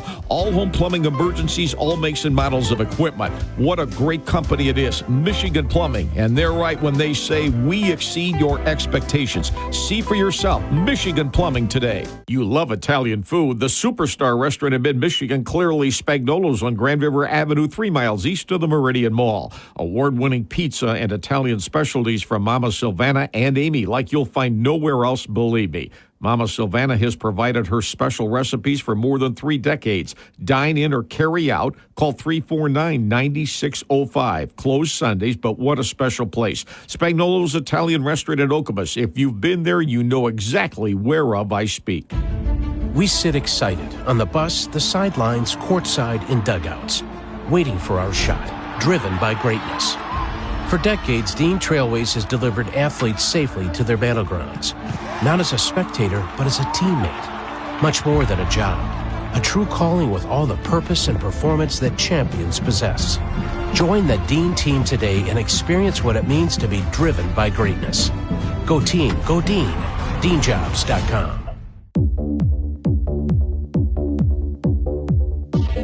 Cottage and Gourmet Pizza, the official pizza of the Sparrow Stout on Sports. It's a wonderful location, 6 of them in the area from George Hoover. Any special occasion, anytime, and their menu is vast besides pizza as well. See for yourself, Cottage and Gourmet Pizza. We're the station you've turned to for sports for over 30 years, and the only one still standing. We're Lansing's sports leader, The Game, 7:30 a.m.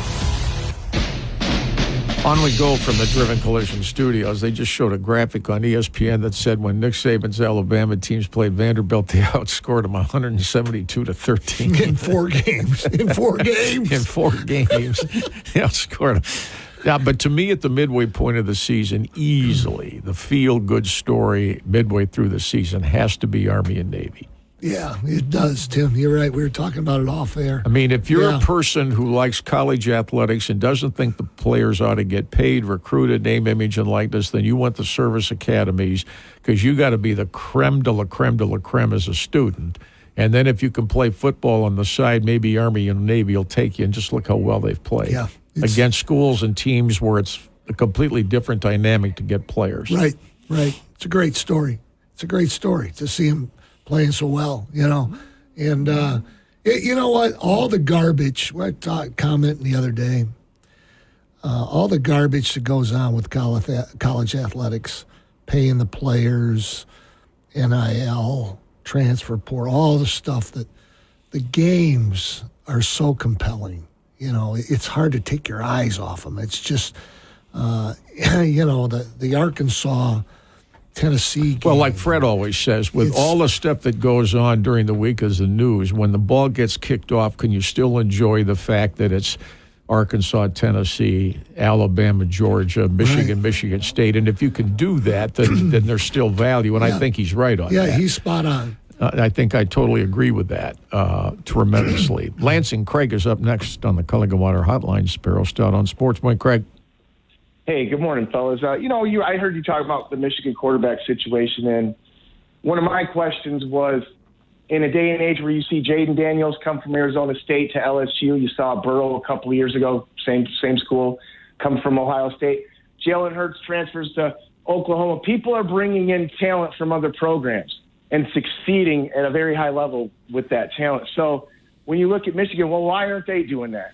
And that's a big question. So I have an answer, and it's just not an attractive program to play for. If you're a great quarterback, do you want to go throw it 15 to 23 times a game and not really get to showcase your talents? Because there's a reason why McCarthy worked.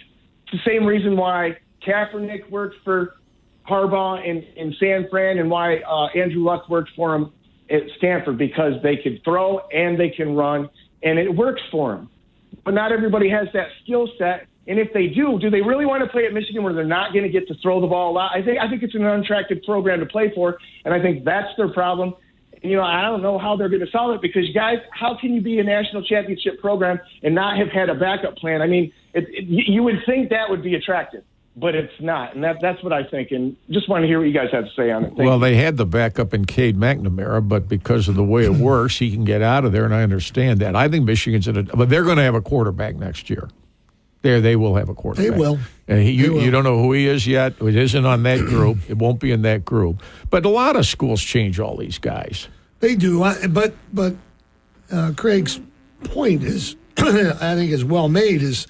And this is what surprised me, that Michigan got caught short at that position. It's very surprising that a school like Michigan would be caught short at a position that is so critical. And it's because they had two guys in Orgy and Warren that had actually played some. They figured, okay, one of them will step up. We have Jack Tuttle, who's played a little bit. One of them's going to step up, and it'll kind of figure itself out. Well, halfway through the season, it hasn't done All right, that. but to your point, which I support, let's look at Ohio State. They were 11-0 and lost to Michigan and went and got another quarterback. That's correct. And that kid's at That's Syracuse. because McCord went to Syracuse. He went to Syracuse, okay. So, but that's true, but I think they kind of encouraged him. Mm-hmm. I don't think they... Well, he took a ton of grief after losing to Michigan. I don't think McCord, they all knew... I mean, we can't get to the next level this way. Now, whether this guy from Kansas State, he's all right, but when I look at him, look at the talent he's got around him. Well, yeah, but you take that into consideration. You take that into consideration. I mean, you know, they're going to, whoever plays them, I mean, I think they're going to hang one on Michigan when they play them in Columbus. I think they're just laying for them now. They got to get by Oregon, yes. And they get Indiana at home. Penn State. They got to go to Penn State. And they had to go to Penn State. I mean, they've got some challenges left that they haven't faced yet. But I haven't seen any red flag yet. I don't think this is necessarily their best team, but are they the best team in the league by far? They're ranked number 2 now. Yeah. I mean... Well, here's a question for you. Not looking at the rankings, who's the best team in the country right now? I would say right now it's Texas. Yeah, I'll go with that. Say Texas? Right now. But they got to play. I think they'll beat Oklahoma State, but they got Georgia yet. And they get them at home in Austin. Yeah, but I'd rather. It ain't easy. Don't get me wrong. I'd rather play somebody than Georgia. I'm just telling you. I mean, I haven't written Georgia off on anything. No, I haven't. No, it's hard to get through 13 straight games if you're a Power 5. No matter who you are, you got a lot of tough games to play yet. Who has LSU yet? LSU's not going to. And by the way, Alabama's got to go to LSU. They got to go to LSU. And I say what you want about LSU, but see how easy it is to play those guys. Texas has to play Oklahoma this week. Next week, home Georgia, and they got to go to Texas A&M at the end of the season. Yes. And A&M's been laying in the weeds for them for more than a decade. I mean, it's surprising. Ole Miss is at LSU Saturday, and Ole Miss is a 2.5-point favorite. I want to wish them well. That'll be a dogfight. I want to wish them well because LSU. Pun intended. I mean, you know, it's hard to get through 13 of these things. It is. Then you get the playoffs. Yeah. I mean, how many games you're not going to mention the conference championship games. That's right. We got that. I mean, at this point, I guess I'd say Texas. But, you know, who do you play on the road? Who do you play in the who's hurt? Who's not hurt? That's right. I mean, to Texas's credit, they didn't get caught short on quarterbacks. But like Brock says, it's more than a quarterback. I buy that. I mean, they do have other players. Yeah. I mean, you know, can you lean on some? All right, here's their schedule. I got it right here. Oklahoma, obviously in Dallas. Georgia home a week from Saturday night. At Vanderbilt, which is looking a lot more difficult than it did 2 weeks ago. Well, I'll take Texas by 3 or 4 touchdowns. Okay. Call me crazy. Florida at home. They'll beat them easily. At Arkansas. Well, now that's tough. That's a rivalry game. Yeah. Texas, Arkansas. Oh, yeah. It's an old rivalry. I mean, to me, Arkansas, if nothing else, if it's a big game at home, I mean, I couldn't believe how inept Tennessee was offensively after watching them just score at will. And they screwed up the last play of the game. You got to throw it in the end zone, and they weren't even close to doing that. Yeah, they play Kentucky at home.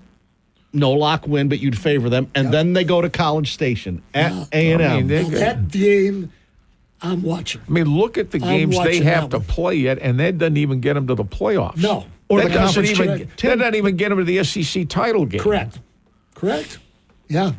See, because of that, I don't eliminate teams like Alabama and LSU. A&M, Texas, and LSU. Or A&M. A&M, Texas, and LSU are undefeated in league play. They're the only ones, by the way. They're the only undefeated teams in league play. You figure one of them's going to be in the conference title game. So, like Greg says, you figure. You don't know, though. The Big Ten and the SEC are negotiating some kind of a challenge with their schools and all that. I can see the SEC doing that. I wouldn't think those Big Ten coaches want to play an SEC game under any circumstances, given that we got 17 Big Ten teams and I'm having enough trouble beating who I got now. But the networks are saying it's going to happen. It's going to happen. I mean, it's going to happen. You're going to have. You're not going to play Prairie View. No. You're going to play Mississippi. You're not. Michigan's not going to play Arkansas State. They're going to play LSU or Arkansas or Missouri. So that's what's going to happen. All credible opponents. And they're going to create better content for the networks. That's what's going to happen. They're gonna one of those garbage non-conference games is going to be a SEC game. That's what's hooray for that. Not only that, if you're looking to sell tickets, at least you can say to your public, we got better games on the home schedule that are a bigger deal. I always think it's a shame over here when, as great as this place looks in September, with that campus, that some of the, and it used to be, you'd get Notre Dame in here, or you'd get, the Rose Bowl, your Southern Cal's in here. You might get Florida.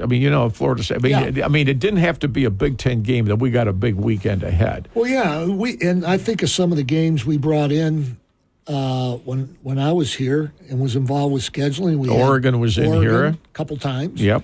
Boise, when Boise was really good.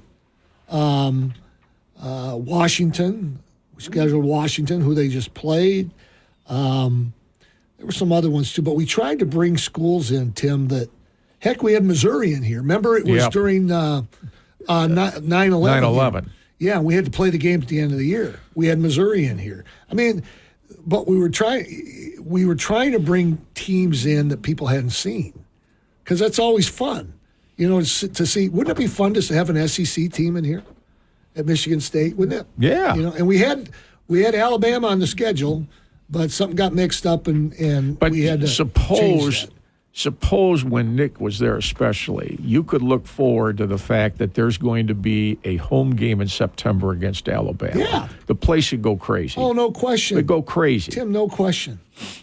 Or Georgia, or LSU, or bring one of those. So that Auburn. So that if you win the game, the place is giddy. But if you beat Florida Atlantic and Prairie View, it speaks for itself. That's right. The one I miss, Tim, is Notre Dame. No question. My dad, as much as he liked the Michigan-Ohio State games, the ones with he wasn't a Roman Catholic. Notre Dame is the whole deal. Yep. Notre Dame is, you get and down there. And going down there, because we could go down there. That was about them. No Mark question. And Luana, they tried hard from different directions to keep that game on the schedule, but Notre Dame was going in a different direction, and we got good, and they didn't want to play us. They didn't want us on the schedule. Now they're going to later, a couple of times later this decade. Yeah, but I hope I'm alive for one of them. Yeah. But something's better than nothing. Correct. You get Notre Dame here, the place, and the last time it was here at night, 90 degrees all day, and there were 50,000 people over here on campus all day long. All day long. And the beauty of it was, Tim, we had, the way it was set up, we either had Michigan or Notre Dame at home every year. Every year. So you knew there's a huge, huge game, if not more, to look forward to. More in a moment out of the news. This is the Tuesday Sparrow Stout on Sports.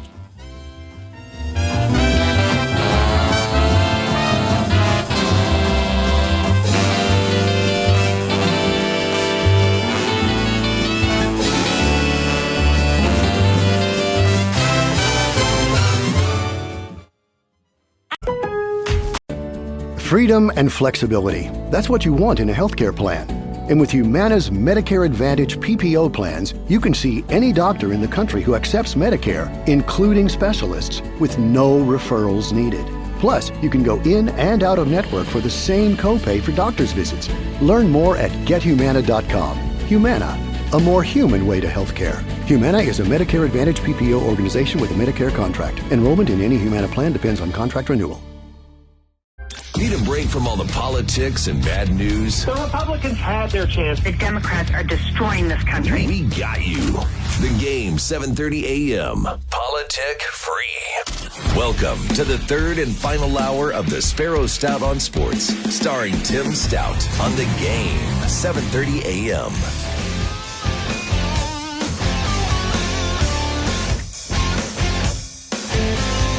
Hour number 3 this morning is brought to you by Capital Region International Airport. Okay, whenever you can do it, we always suggest fly Lansing first. How ironic. The first week that Breeze Airways has nonstops to 2 locations in Florida, Clearly, those are interrupted because of the hurricane issues in Florida.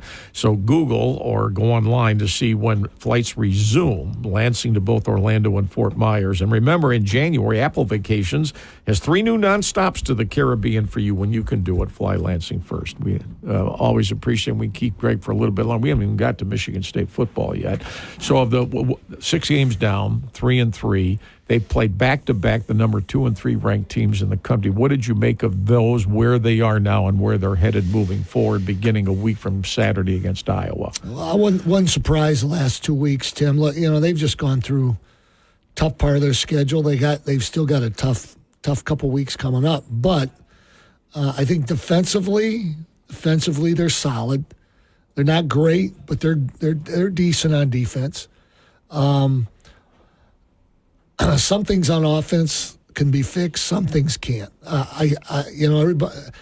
Childs, it's obvious he's got to learn to value the ball a little bit more. They're working on it. He's working on it. He'll get that fixed.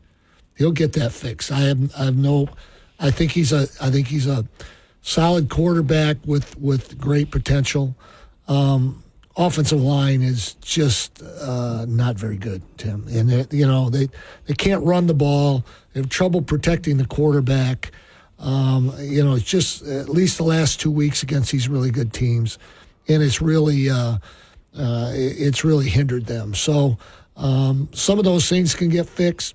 Some won't get fixed this year until they get some more talent in there and bolster those positions. But they've got some games they can win, but they can also lose them too. I mean, some of them are jump balls. So, we'll just have to wait and see. Well, the irony is, to me, running the ball's been an issue for them ever since Kenneth Walker left. Running the ball. Yeah.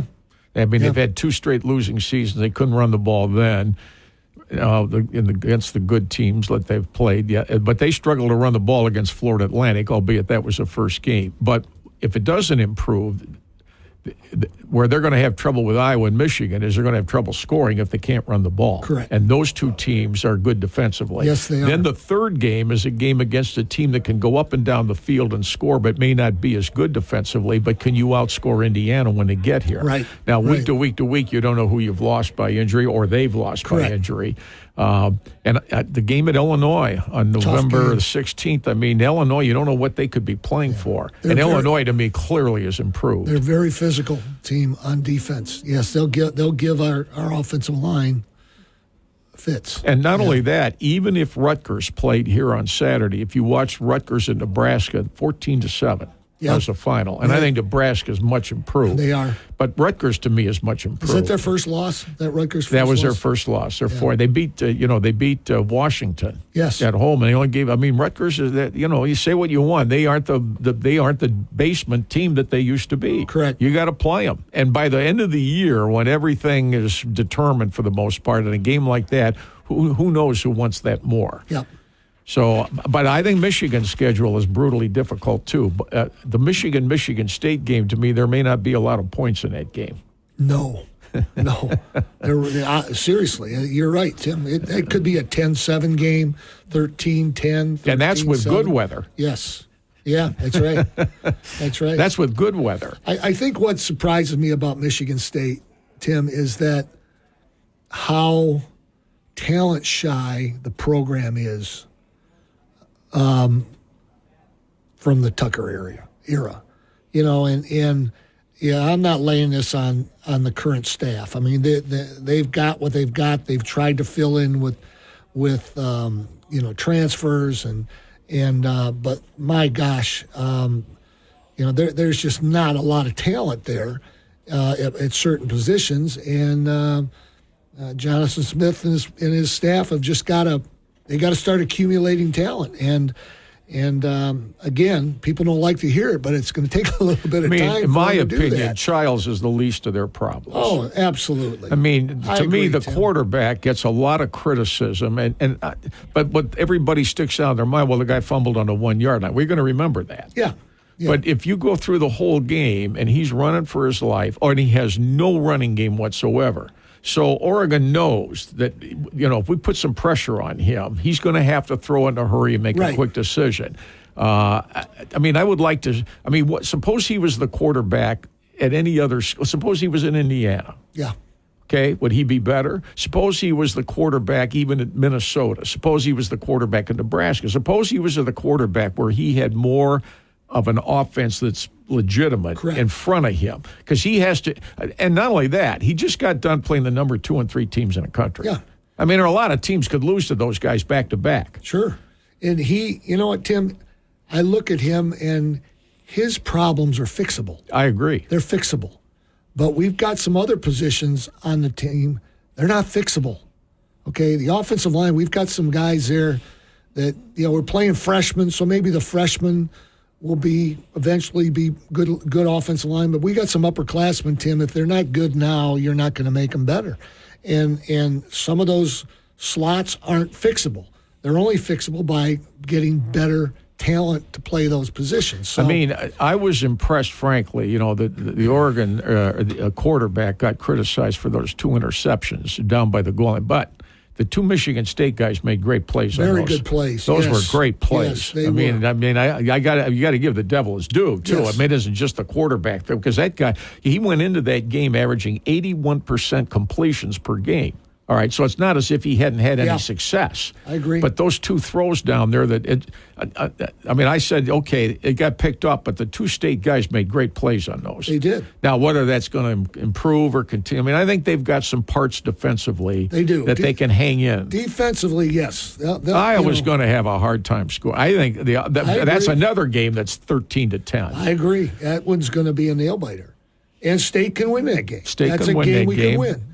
The Michigan and Iowa games, you don't necessarily rack them up, put them in the L column right now. Those are going to be competitive football games. Michigan State has a great chance to win those games.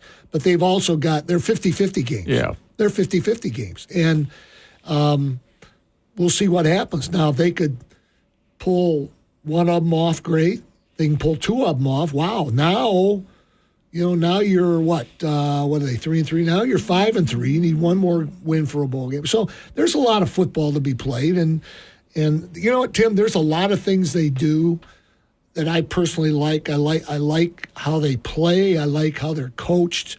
I like the schemes they're using. It's just, you don't win. It's an old line. You don't win the Kentucky Derby with a plow horse. Well, and then you got to have thoroughbreds. So when Iowa comes here, is Iowa going to play on the road the way it did at Minnesota and won 31-14 against a team that beat Southern Cal, or are they going to play the way they did at Ohio State and got beat 35-7? Remember that Minnesota-Iowa game? It's a huge, huge trophy game. That's a big rivalry game. I mean, it was clear, and they're playing for Floyd of Rosedale. They let one get away. The big bronze pig. Well, they let one get away against Iowa State, but Iowa State's undefeated. Yes, and they lost by 1 point, something like that. That's that Matt Campbell that everybody has wanted for years. Field goal, last play of the game. Yeah, that's right. They beat him. I mean, the game at Iowa, if you remember, McNamara goes down. Iowa doesn't have a shred of offense, but they ran 2 kicks back or whatever. The kid that's playing for the Eagles. So now because of special teams, State loses that game. Oh, Cooper DeJean. So I thought, well, now with Cade McNamara healthy, I thought they would have a better offensive day against Ohio State,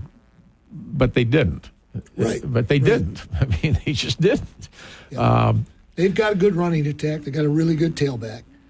But their passing game is. I mean, when up he and down. comes in here, when McNamara gets in here, for them to, and can they win? Yeah, they can. But he's got. They got to get some offense. I can't believe with the offense they had a year ago. Looking back, they still won 10 games. I know. That's just amazing. mind-boggling to me. They could win 10 when they couldn't score. Michigan didn't even play very well against them in the Big Ten championship game, and Iowa had next to no chance of scoring any points at all. Right. It was that bad. Right, but Michigan State's defense will really give them fits. Oh, I agree. They will. They'll give them fits. I mean, because they're going to come off a bye and it's homecoming and blah blah blah, and you plus the fact they've played 2 really good teams. You get an idea where you are. They have. Yeah, you're going to get an idea right. where you are and what you need. Now, they got outscored 69-17, so it wasn't as if they were in the games. They're obviously not at that level. whether they can ever get to that. You know, when I hear, this is just my own opinion, I hear, well, this guy, they hired a good coach. And he's a good coach. Oh, he's a good coach. To me, if you're a good coach collegiately, the number one thing I see to being a good coach collegiately isn't the X's and O's. I want to know if you can get players. Correct. Because you can't get players. And that's part of being a college coach. Yes. Can you get the players? Yes. If you can't, you can be as smart a coach with the talent you have, but if it's limited, how much can you coach them up to win what you want to win? Yeah. And now the variables for getting players are so vast anymore that you could be a tremendous recruiter, but you might lose guys for other reasons beyond your control. Correct. So that no matter how good an X's and O's coach you are, it ain't going to make any difference in the big games because you don't have enough talent and the other guy does. Yeah, that's true. But if you have talent like Penn State does, but you continually lose games you probably shouldn't lose, that's why James Franklin gets the grief that he gets. He gets the grief, but he's got a tremendous contract. He does. They don't want to lose him. Yeah, he basically, I could go to USC. Okay, we'll give you even. Don't get me started. I mean, I think if they want to be beyond the 10-2, whatever, then they got to win at Southern Cal Saturday. Yeah, and I'm not convinced they can. Big game for them. It's a huge game. They're a 5.5-point favorite at Southern Cal. And a big game for Southern Cal too. Huge game for Southern Cal because they're I taking think grief right now. Well, their expectations are. I think they thought when they hired Lincoln Riley they were going to score 100 points a game, and they haven't done that. But, now remember now, that guy's replacing a Heisman Trophy winner, too. This Miller Moss. Who's not bad. He's pretty good. He's not bad, but I agree with Greg. So I watched the end of the Southern Cal-Minnesota game, and I thought, Southern Cal, man, you got to play tougher than this. You can't make the mistakes defensively that Minnesota's all right, but they're not great. Michigan beat them. I mean, they're not, and I thought, how could Southern Cal's let two games get away that they, in my opinion, they should have won? Michigan and Minnesota. Right. No doubt. But they didn't. Now they got Penn State. Now they're starting to step up in class because Penn State's physical. Yeah, they are. They're physical. Yeah, I was interesting. One of the announcers said, I don't know if you caught this Friday night, that, no, it was during the Michigan game, that the Washington coach has told the people in Seattle, the fans, saying, look, it's a different kind of football. He said, we're not going up and down the field. He said, it's tough. Yeah. It's physical. Yep. He said, but it's just as much fun to watch. You just got to get, you're going to have to get used to that change. And he's right. In the Western, and it looks to me that Washington and Oregon understand that because they're very physical. Their fronts are very physical. Southern Cal. Oh, man, Oregon's front was unreal. They get after it now. Jeez, Pete. I mean, and I said, how big are these guys? Yeah. But Southern Cal hasn't figured that out. And until they change their recruiting habits and get some better, bigger, more physical guys up front, they're going to have some problems in the league because Minnesota, their offensive line have a massive offensive lineman, and they're going to try and beat you up at the point of attack. And if you can't hold that off, you're not going to beat them. So before you go, you're a baseball guy. What about the playoffs? That game yesterday was phenomenal. That was an old school baseball game, man. It was no score, pitchers, great pitching, great defense, timely hitting. I mean, it was just and my team won. So it's as good as it means. And Tim, 2 hours, 43 minutes. Yep. Thank you, pitch clock. Yep. All four of the teams that did not have home field advantage now have home field advantage with it being a best of three. Right. So the Dodgers got to go to San Diego now. And I like San Diego, Tim. I like them. I like them a lot. And the Phillies have to go to the Mets. That game's but that crowd will be a rough crowd. It's a street fight, isn't it? And you would think that New York's better than Kansas City, but now they got to go on a road to do it. Right. Kansas City, to me, if nothing else, did not look intimidated. No, not at all. Not at all. They've got maybe the best player in baseball. I think he's the most underrated player. Oh, Bobby Witt Jr. Yeah, he's tremendous. He's the most underrated player. But he was 0 for 5 yesterday. Yeah. Salvador Perez, they're great. I was going to say the old man hit a home run. And Michael Garcia was 4 for 5. To me, the Detroit-Cleveland series comes down to whether or not, in my opinion, whether Cleveland can hit Detroit's relief pitching. Yeah, I agree. If they can hit it, then I think they can win. If they can't hit Detroit's relief, I mean, it's amazing to me you can get into the final 8 of the playoffs and you have one starting pitcher. I know. It's unbelievable. I mean, that place will be. Detroit will be a fun place to be tomorrow. It's going to be a riot the next 2 days. I picked Detroit to win the series because I don't think Cleveland has any consistency on offense. And the 7-0 game, 3 balls were hit hard. That's it. But the 3 that were hit hard got 7 runs. And Detroit doesn't have enough offense either. I mean, they had to go to the 9th inning yesterday before scoring. So it wasn't if So that now we get down to the pitching end of this thing, and Detroit's relief pitching is going to be. And look, if it gets to Game 5 in Cleveland, I get the fact that Scubal's going, but Cleveland's at home too. Correct. They'll show up if it gets to Game 5. I'm not convinced Cleveland can win in Detroit yet, but we'll see. That's the beauty of the playoffs. These games matter now. To me, with 162 of those regular season games, there's just so many of them. If we don't win today, we'll do it tomorrow. If we don't do it tomorrow, we'll do it the next day. Now, every game, especially in a best-of-5 or a best-of-3, I mean, those games yesterday for the teams that are going home, now it's a best-of-3, and we got home field. That's right. But we better not blow it. Because then we got to go back on a road. Because if you lose one game at home, we're going back on a road. You got to go. At best case scenario, you're going. Best case scenario, you're going on a road. We were talking off air. The object is to get in the playoffs. I mean, if you look at last year with Texas and the teams that are in this year, the wild card teams, the Tigers were 10 games out of a playoff spot in the middle of August. Yeah. Out of the wild card. Yeah. Well, believe 39 and Tim, what did we do? 39 and 48 on the morning of July 5th. I said they will finish with a winning record. No, you said we went through it series by series. I had them 86 and 76. We went through the whole thing. He actually got one right, Greg. And he said, why? He says, why? I said, because I don't think anybody else in baseball is consistent. We went series by series. Okay, 2 out of 3, 1 out of 3. They'll sweep here. 2 out of 3, 3 out of 4. But unlike other years, 86 and 76. There weren't series I saw where that's a lock sweep the other way. They can play with all these guys, in my opinion, and they don't have to score a lot of runs to win. They can score 3-4 runs a game and still win because the other team's got no offense. Right. You got to get one guy out. And like yesterday with Cleveland, everybody tells me, Cleveland, this guy's good, this guy's good, this guy. Was he good in May? Is he good in June? Well, yesterday he couldn't hit. They didn't score. Cleveland couldn't score. They had a couple opportunities. And it isn't as if they got 9 innings with Scubal, okay? They had him in trouble. A couple of times. But they can't get it. But if you can't get him in, you can't score, you're going to lose. Sooner or later, you're going to lose. I made money yesterday. I bet Owen yesterday when it was in the 7th. I said, I bet the Tigers win this game. Why do you say that? I mean, I said, I don't think Cleveland can score. They've shown they can't score. And the 7 runs to me were misleading because there were 3 balls that were hit, and one of them got 3 runs in. Yeah, right. So, you guys, this is a Pure Green Smith Tree Breaking Sports moment. We're talking about baseball. Greg, you'll want to know. Louis Tiant has passed away at the age of 83. Major League Baseball confirmed his death this morning. Cause of death not disclosed. Of course, he was the great pitcher for the Boston Red Sox, Cleveland Indians, the California Angels, but best known for his career with the. Did he make the Hall of Fame?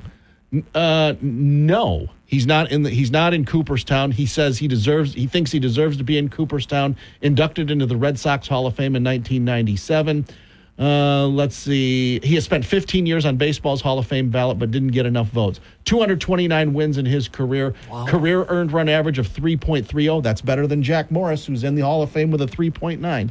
2,400 career strikeouts, 187 complete games, 49 shutouts. Just like today. 187 complete games, just like today. 420 win seasons. He passed away this morning. He also played for the Yankees, 2 years for the Yankees, 1 for the Pirates, and finished his last season with the California Angels. All right, so we'll see 83 years old. See you next Monday, right? Oh, yeah. So the baseball will be down to 4. Down to 4. Yeah, we will. Yep. It'll the be Lions down to 4. have a big game. The Lions are at Dallas Cowboys Sunday, so there's that. So the NFL gets back center stage as well, especially since Michigan and Michigan State are idle. Yep. And while you're here next Monday, we may get the kick time for the Michigan game as well. or soon afterward. Oh, yeah. All right, we thank Greg for coming, as we always do. What do you say? Culligan Water Hotline, 300-4263. Our email address, tim.stout@wylx.com. On we go with the Tuesday Sparrow Stout on Sports. A high five to Dewey Bramson's 3 great area restaurants of different offerings. Beggar's Banquet, Abbott Road, East Lansing, off the main strip. A superstar in the area since 1973. Great happy hours from 4 to 6 Monday through Friday with a wonderful wine and beer list, great for private parties. The Nut House, downtown Lansing, across from the ballpark. Michigan Avenue. Any great gathering is there for you before or after big events. And the Harrison Roadhouse, Michigan and Harrison in East Lansing. A bustling bar and grill with hearty pub grub and a whole lot more. Those are the great 3 from Dewey Bramson. For 65 great years, iDevelopment has been such a contributor to our community. What's the latest? Here's Nathaniel Ide to fill us in. Nathaniel? Good morning, Tim. We're excited about a lot of things going on in the greater Lansing area. And whether you pick a quadrant, the north side, south side, east side, and west side, we're seeing small businesses grow. In retail at Hannah Plaza, we've got a number of new businesses. At Meridian Point near Trader Joe's, we have an expansion of our big Anchor Crunch. But whether it's retail, residential, commercial, office, we're here to fulfill the needs of small businesses, large corporations. We're here to help. Whether it's land development, whether it's build to suit, we're here to help the community grow, and we're here to help Greater Lansing grow. And that's what we're about.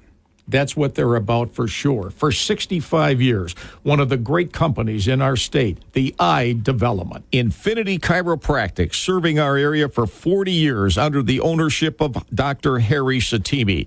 Their offices cover the area between East Lansing, St. Joe Highway, and Lansing and Grand Ledge.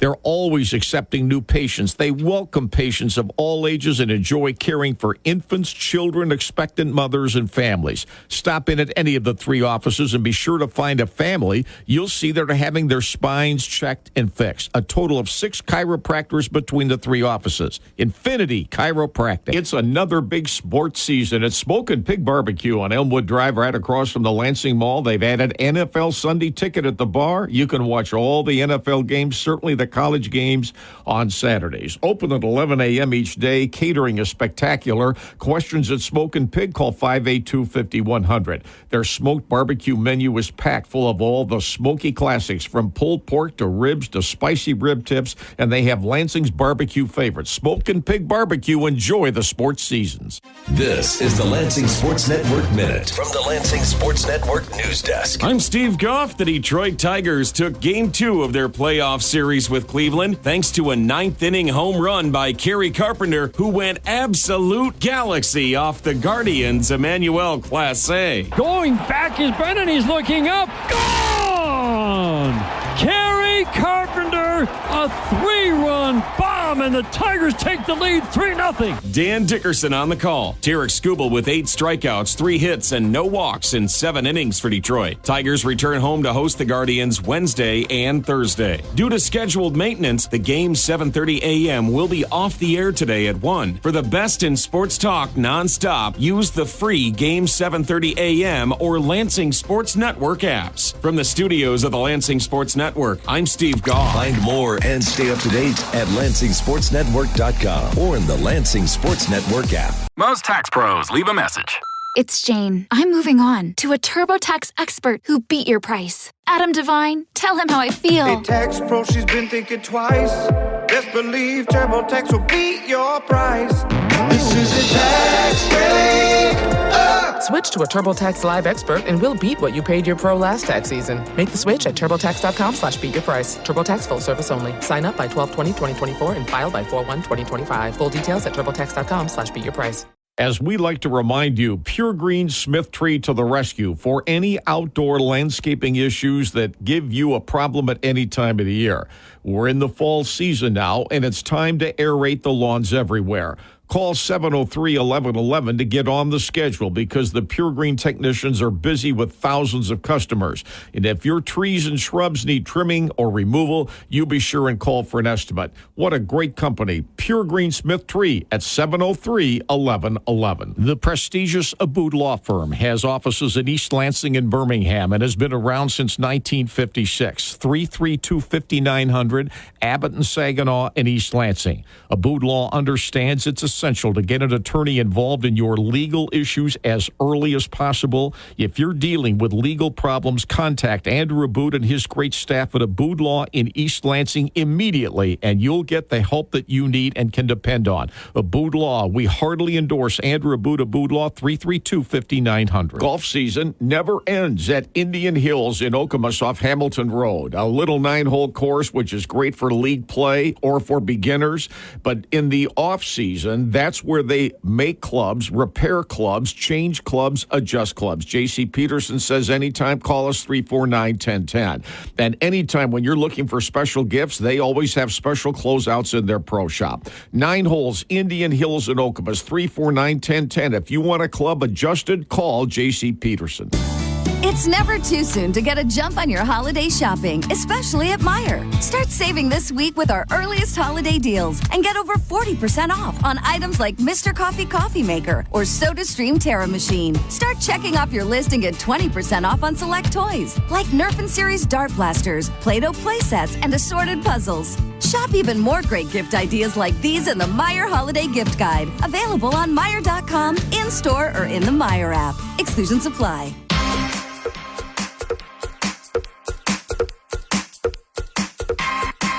ASAP Printing. Okay, that's the official printer, the Sparrow Stout on Sports, and the Okemos Jolly Strip Mall. Okay, ASAP Printing, Ed Giles Shop.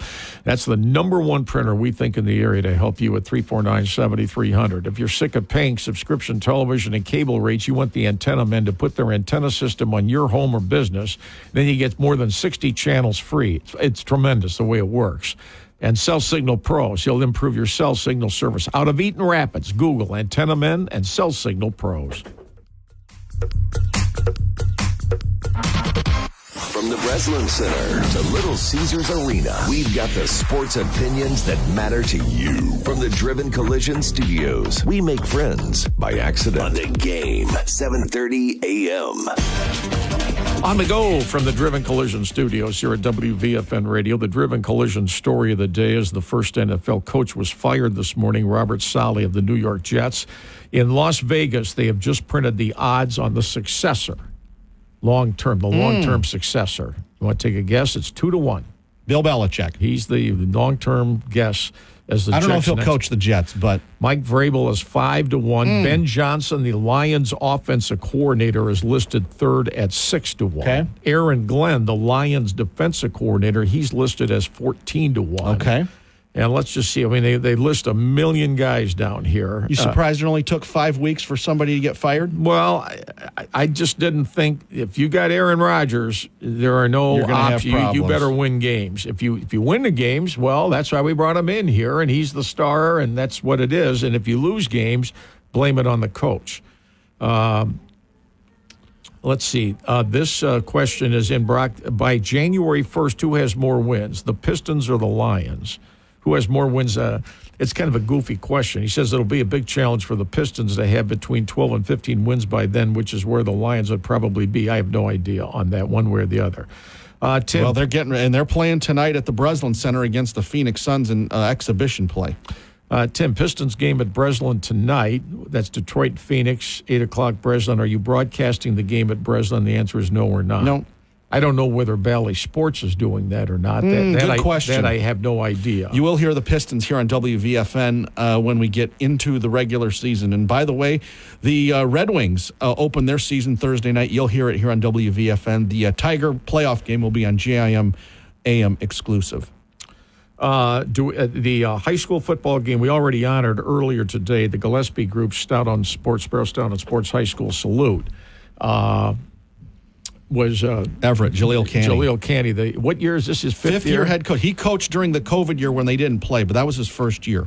So they host East Lansing at, what, is it 6 o'clock? 6 o'clock. So we'll hit the air at 5 o'clock. with the pregame show, and then Eric and I will be broadcasting from Archie Ross Stadium just before 6. I can't believe I'm saying this. I would make that pretty much a pick'em game. I agree. Everett's very impressed with Everett's better than what I anticipated after going 5-5 last year, even though it made the playoffs. But I thought, is that the ceiling as to what they can get? Well-balanced team. Their defense is good. Their offense is, I'm very impressed with their offense. They got a lot of kids playing both offense and defense. They only have 32 players on varsity. The running back who's a junior, we're doing a feature on him. Javari Funchess. We're doing a feature on him on this. He's a very well-spoken kid. Yeah, he's good. Good player. interview. Oh, good. I'm glad to hear that. We're doing Owen's doing a feature on him for the Sunday Stout on Sports Show, which airs at 11 o'clock Sunday morning. We're featuring him. And you know what? Everett's band's only got about 20 kids in it. They were very good as well. I was very impressed with them as well. East Lansing is 3-3. Okay, they're a good 3-3 because they've lost to 3 very, very good teams. They've lost to Hudsonville, DeWitt, and then Davison. So now they get Everett. And as much as I keep picking against Everett in some of the big games, they just keep proving me wrong. I mean, I thought Grand Ledge would beat them the other night, but Everett beat them handily. 35-12. Najai Davidson, one of the more underrated quarterbacks in this area, only threw 4 touchdown passes. I mean, I don't know where. And they ran the ball effectively, too. I mean, I don't know what the state of East Lansing is. East Lansing's, lost to DeWitt by 7, and I think that took something out of them going to Davison the next week, one way or the other.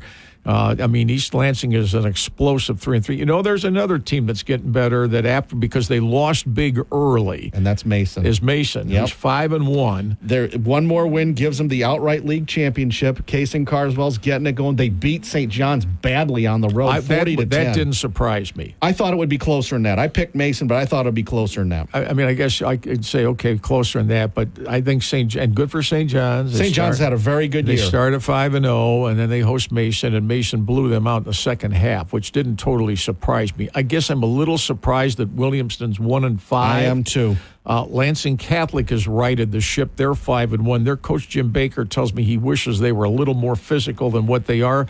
The only game they lost was to Sexton, and that was close. And they lost to Portland too. I'm sorry. Then they're 4-2. But everybody loses to Portland. Portland's really, really good. And I don't see where Portland's going to lose a game in the regular season. I don't the 3 either. games they have left. I think they play, Whitehall in Week 9? Which I don't know anything about. I just know the Whitehall better be good because Portland's really good. Yes. So there's that. I guess I was surprised that Holt would lose to DeWitt 64-0 and we're 50 down in the second quarter. Yeah. I guess I was a little surprised by that. I thought Holt would lose it to DeWitt. I did not think it would be nearly as one-sided as it was.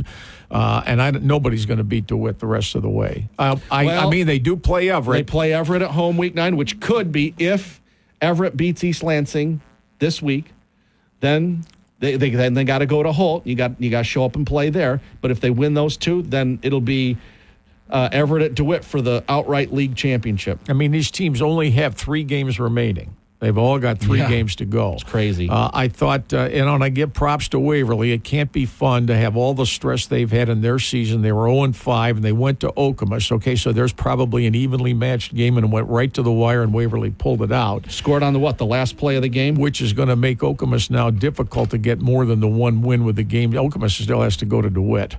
Yikes. I mean, they still got to go to DeWitt, among other games that are going to be extremely difficult for them to play. And I thought if they beat Waverly and they at least win 2 games this year after 41 straight losses. Well, it's been a successful season because they broke the losing streak. However, from that standpoint, yes. But I don't think anybody with their reputation in other sports ever thinks 1-8 is a successful season. They may not finish that, but they're going to be an underdog in the last 3 games that they play. For that matter, likely so will Waverly. It's been a brutally tough year as well at Eastern and Eaton Rapids. Whether or not they can, figure out a way in the future to turn things around, who knows? We have one final timeout. We'll take that right now. You can still join us on the Culligan Water Hotline at 342-63. Our email address, tim.stout@wilx.com. The 2 impact stories today, the New York Jets firing coach Robert Saleh. They just promoted an assistant coach on an interim basis. And former Major League standout pitcher Louis Tion has passed away at the age of 83. More in a moment when we return.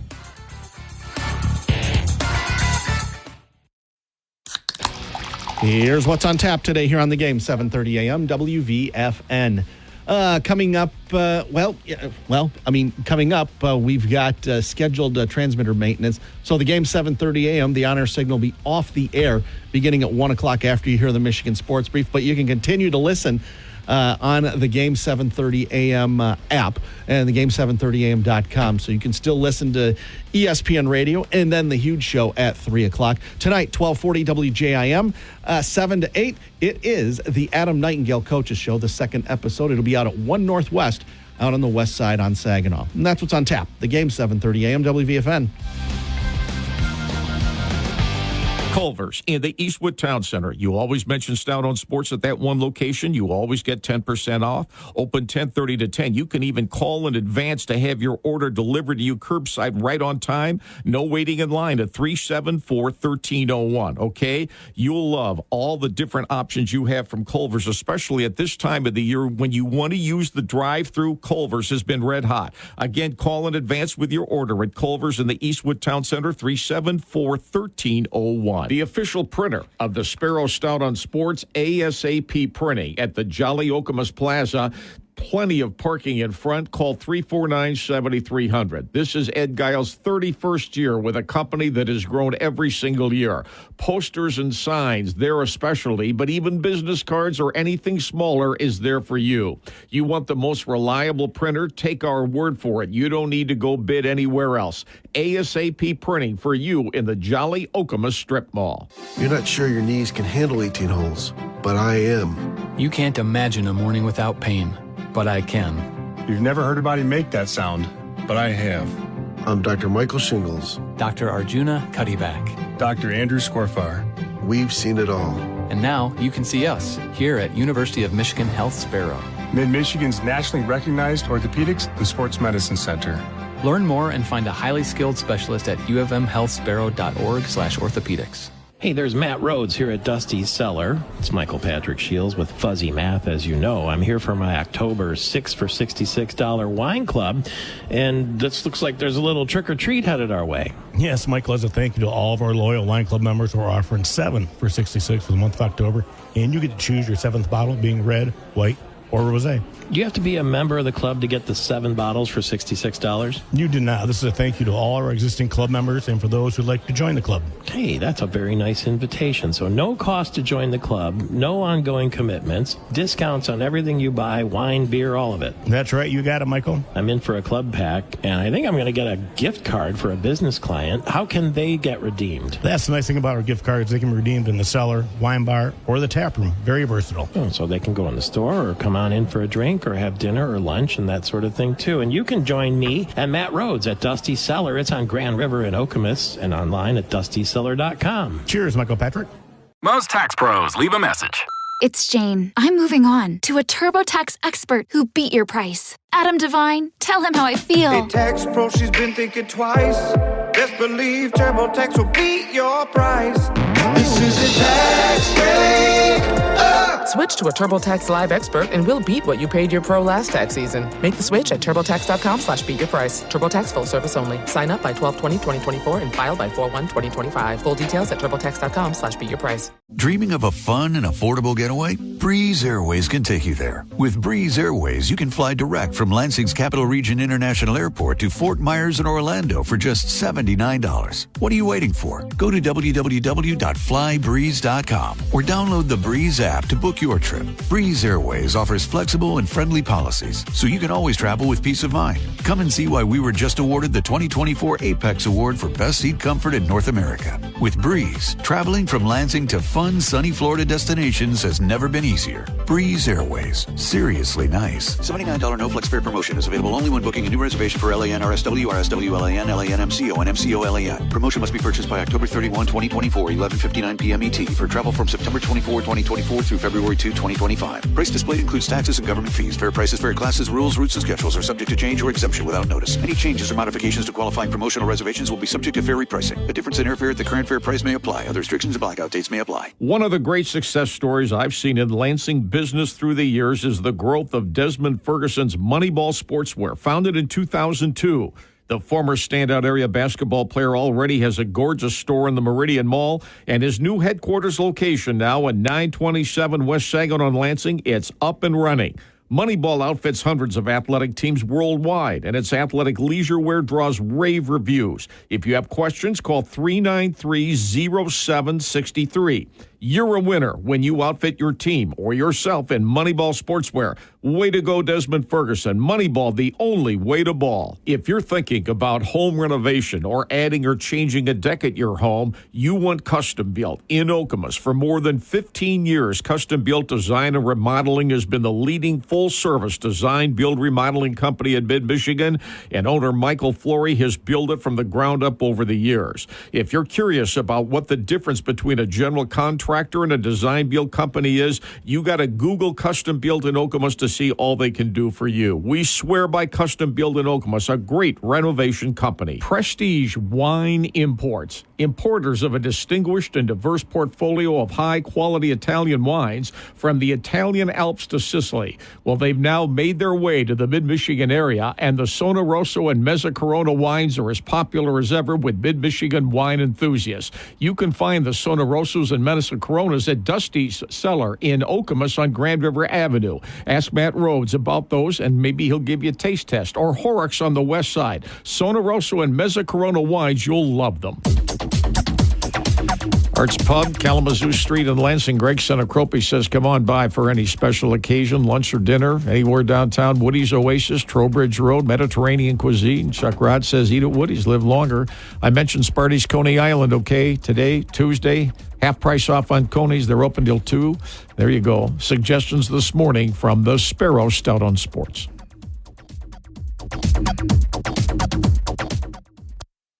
If you know us,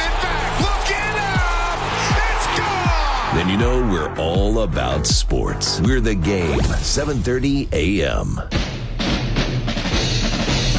From the Driven Collision Stories, Nathan Myers tells me, Brock, that when the maintenance begins at 1 o'clock here in WVFN, he hopes that we're back, the station's back on the air normally by 5 o'clock. So that would be approximately 4 hours, give or take a little bit of time.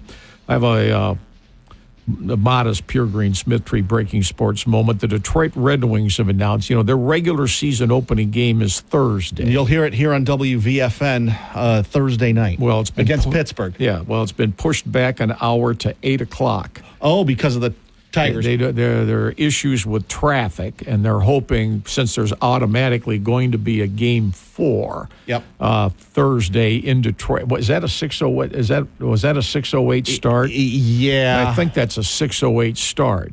So, but there'll be more chaos downtown for parking places. But that's opening night of the regular season for the Red Wings against Sidney Crosby and the Pittsburgh Penguins. So but they're pushing the face-off time. 6:08. TNT Television has that because the Yankees and Royals are playing at 8:08, and that's TBS primary. So it's going to be on TNT, not TBS. Turner's got it, but it's on TNT at 6:08 with Brian Anderson, Jeff Francoeur, and Detroit native Lauren Jabara. And Bally Sports Detroit has got the Red Wings game starting at 8 o'clock. Now, you would have to believe that somehow, some way, what's going on across the street at Comerica Park will get relayed to those who are in Little Caesars Arena. Yeah. So there you go. So that's in. Okay, I didn't know that. Tom Izzo is conducting a regular news conference at this hour because his team is playing at Northern Michigan 1 p.m. Sunday. And that is in Marquette. Izzo says he is, quote, more fired up now than I was 2 years ago, quote, and doesn't plan to step away as the head coach anytime soon, regardless of the changes to the sports landscape. You're going to get asked that. He says playing at his alma mater, Northern Michigan, also has him, quote, fired up. He says, quote, I always went to Flint. I always went to Detroit. I always went to Saginaw. I've seen where those guys were from. They never go where I'm from, and now they're going to get a chance. Northern Michigan University, the night before in a ceremony, is retiring Tom's number 10. And as we mentioned earlier today, Tom did announce today that his high school basketball coach, Gordy LeDuc, is going to be an honorary coach Sunday and sit on the Michigan State bench for the entire game. LeDuc was a high school basketball coach at 6 locations for 27 years, okay? and his coaching career began in 1962. Tom Izzo was one of his players. And so that's part of what it'll be on Sunday. And again, that game is on the Big Ten Network beginning at 1 o'clock on Sunday afternoon. And that will be on 1240 WJIM. We'll have that, 1240 WJIM. I have more information on that later in the week. If you did not know, this is the first time in Major League Baseball history that at the divisional series level, where there are 4 playoff series, it's the first time all 4 series are 1-1 at the end of 2 games, meaning all of them will go a minimum of 4 games, and meaning that going into Game 3, the team that originally did not have the home field advantage now has the home field advantage, so it'll have 2 games at home, potentially out of 3. If the Tigers in Cleveland get to a Game 5... It's Saturday. In Cleveland... Is there a start time that's been assigned to that yet? I thought that was a 4 o'clock. I thought that was a 4 o'clock game. If I saw 4:38. 4:38 Saturday. If it gets that in far. Cleveland, if it gets to Game 5. Yeah. Okay. So there you go with. To eliminate a Game 5, obviously, either Detroit or Cleveland has to win both games in Detroit. Same is true for the Yankees. Same is true for all 4 teams tonight. 5:08 FS1. 5:08 Phillies at Mets. Aaron Nola for the Phillies, Sean Manaea for the Mets. Well, those are the big sports events then coming up tonight would be the 2 baseball playoff games. Well, and the start of the NHL season, there's 3 games tonight, including the debut of the Utah Hockey Club. They haven't come up with a nickname for them yet, the former Winnipeg Jets and Phoenix Coyotes. Now it's the Utah Hockey Club.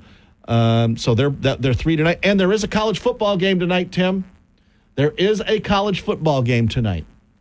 I know you. This is the first Tuesday night game, and there's going to be Tuesday night games starting tonight from here on out for the rest of the season. If you have the CBS Sports Network, and I think you do, Tim. I do. 2-3 Florida International at 4-0 Liberty. Liberty is a 17.5-point favorite, according to ESPN Bet. The total, 55.5. All right, because of Hurricane Milton throughout Florida, you know that sports schedules are going to get altered. The NHL's Tampa Bay Lightning have now left Florida ahead of the hurricane to practice the rest of the week in Raleigh, North Carolina. And they're supposed to play last night, but their game was canceled. It'll get made up later on in the year. Their season opener is at Carolina on Friday night, okay? And then also the Lightning's home opener against Carolina is set for Saturday night, and it is on as of now. Yeah. That game is still on. Yep. The Tampa Bay Buccaneers, they play at New Orleans Sunday. They are leaving today, if they have not left already, they may have, for New Orleans to get out of there. It is absolutely chaos in a variety of ways, and whether or not any college, and there are a number of smaller college football games scheduled for this weekend in Florida, whether or not those get played or they get altered or they get moved, all of that simply remains to be seen. Well, Tim, right now the most important thing is your family, your mother and your sister, and I'd say your son's houses. I would say millions more. They're obviously. And which of your sons is hunkering down? Tom's hunkering down in St. Pete because his flight got canceled out of there. Thinking of all you guys. I guess Mom, she's hunkering down on floor 10. Debbie was in Venice. That's boarded up, and she's moving into Lakewood Ranch at a home on a higher level, and so is my sister on Siesta Key. She's moving to Lakewood Ranch, which is up the road around Bradenton, but on the eastern side of I-75. Hey, there are a lot of people involved. You have a great day, everybody. See you on Channel 10 tonight at 6:20. Fred's got the late at 11, and you've been listening to the Sparrow Stout on Sports. We're off the air in 4 minutes, but we'll talk to you tomorrow morning at 10:05. So long.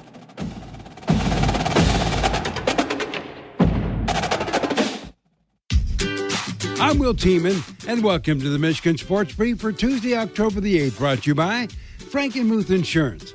Start a frank conversation about your insurance with one of our local independent agents by visiting fmins.com. Michigan and Michigan State both finished in the loss column last weekend in road games out west. We'll be back with more in just a moment.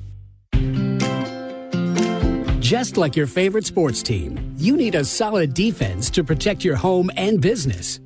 Whether you're tackling unexpected accidents, fouls, or fumbles, the Al Bordeaux Insurance Agency and Michigan-based Frankenmuth Insurance are on your team. Visit the Al Bordeaux Insurance Agency today at albordeaux.com. That's ALBOURDEAU.com.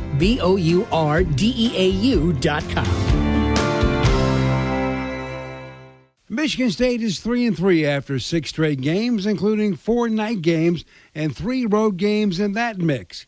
Coach Jonathan Smith talks about the loss at Oregon. We got to get more going, and it starts with me. I got to get more out of this team. I do think we're playing hard, but it comes to some execution opportunities. And against a good team, they're going to continue to separate if you don't take advantage of those. First drive, we put the ball on the ground on the 2, to get some momentum. I thought defensively, we're trying to battle there. Got 2 turnovers in the end zone, which were great, but they were pretty efficient offensively.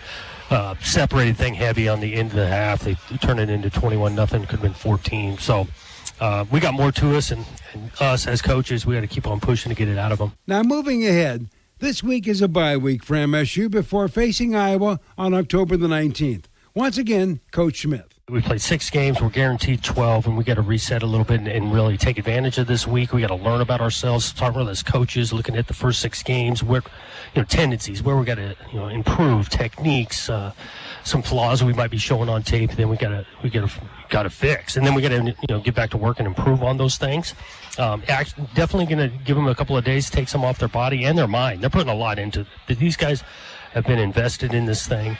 And that's what we talked about, of taking advantage of the bye. It does. Let's face it, we've been on a tough stretch last couple of weeks in that, and so we need to reset. These guys have been going not just the 6 weeks of the season, but you go back 5 weeks of the fall camp, so that's 11 straight weeks of going. Comes at a good time where it's a halfway point of the season. As for Michigan, the Wolverines are now 4-2 on the season after a road loss to Washington. They gave up 14 unanswered points to start the game and then suffered some late turnovers. Michigan also has a bye week and will next travel to Illinois on October the 19th. And as always, the Michigan Sports Brief has been brought to you by Frank & Muth Insurance.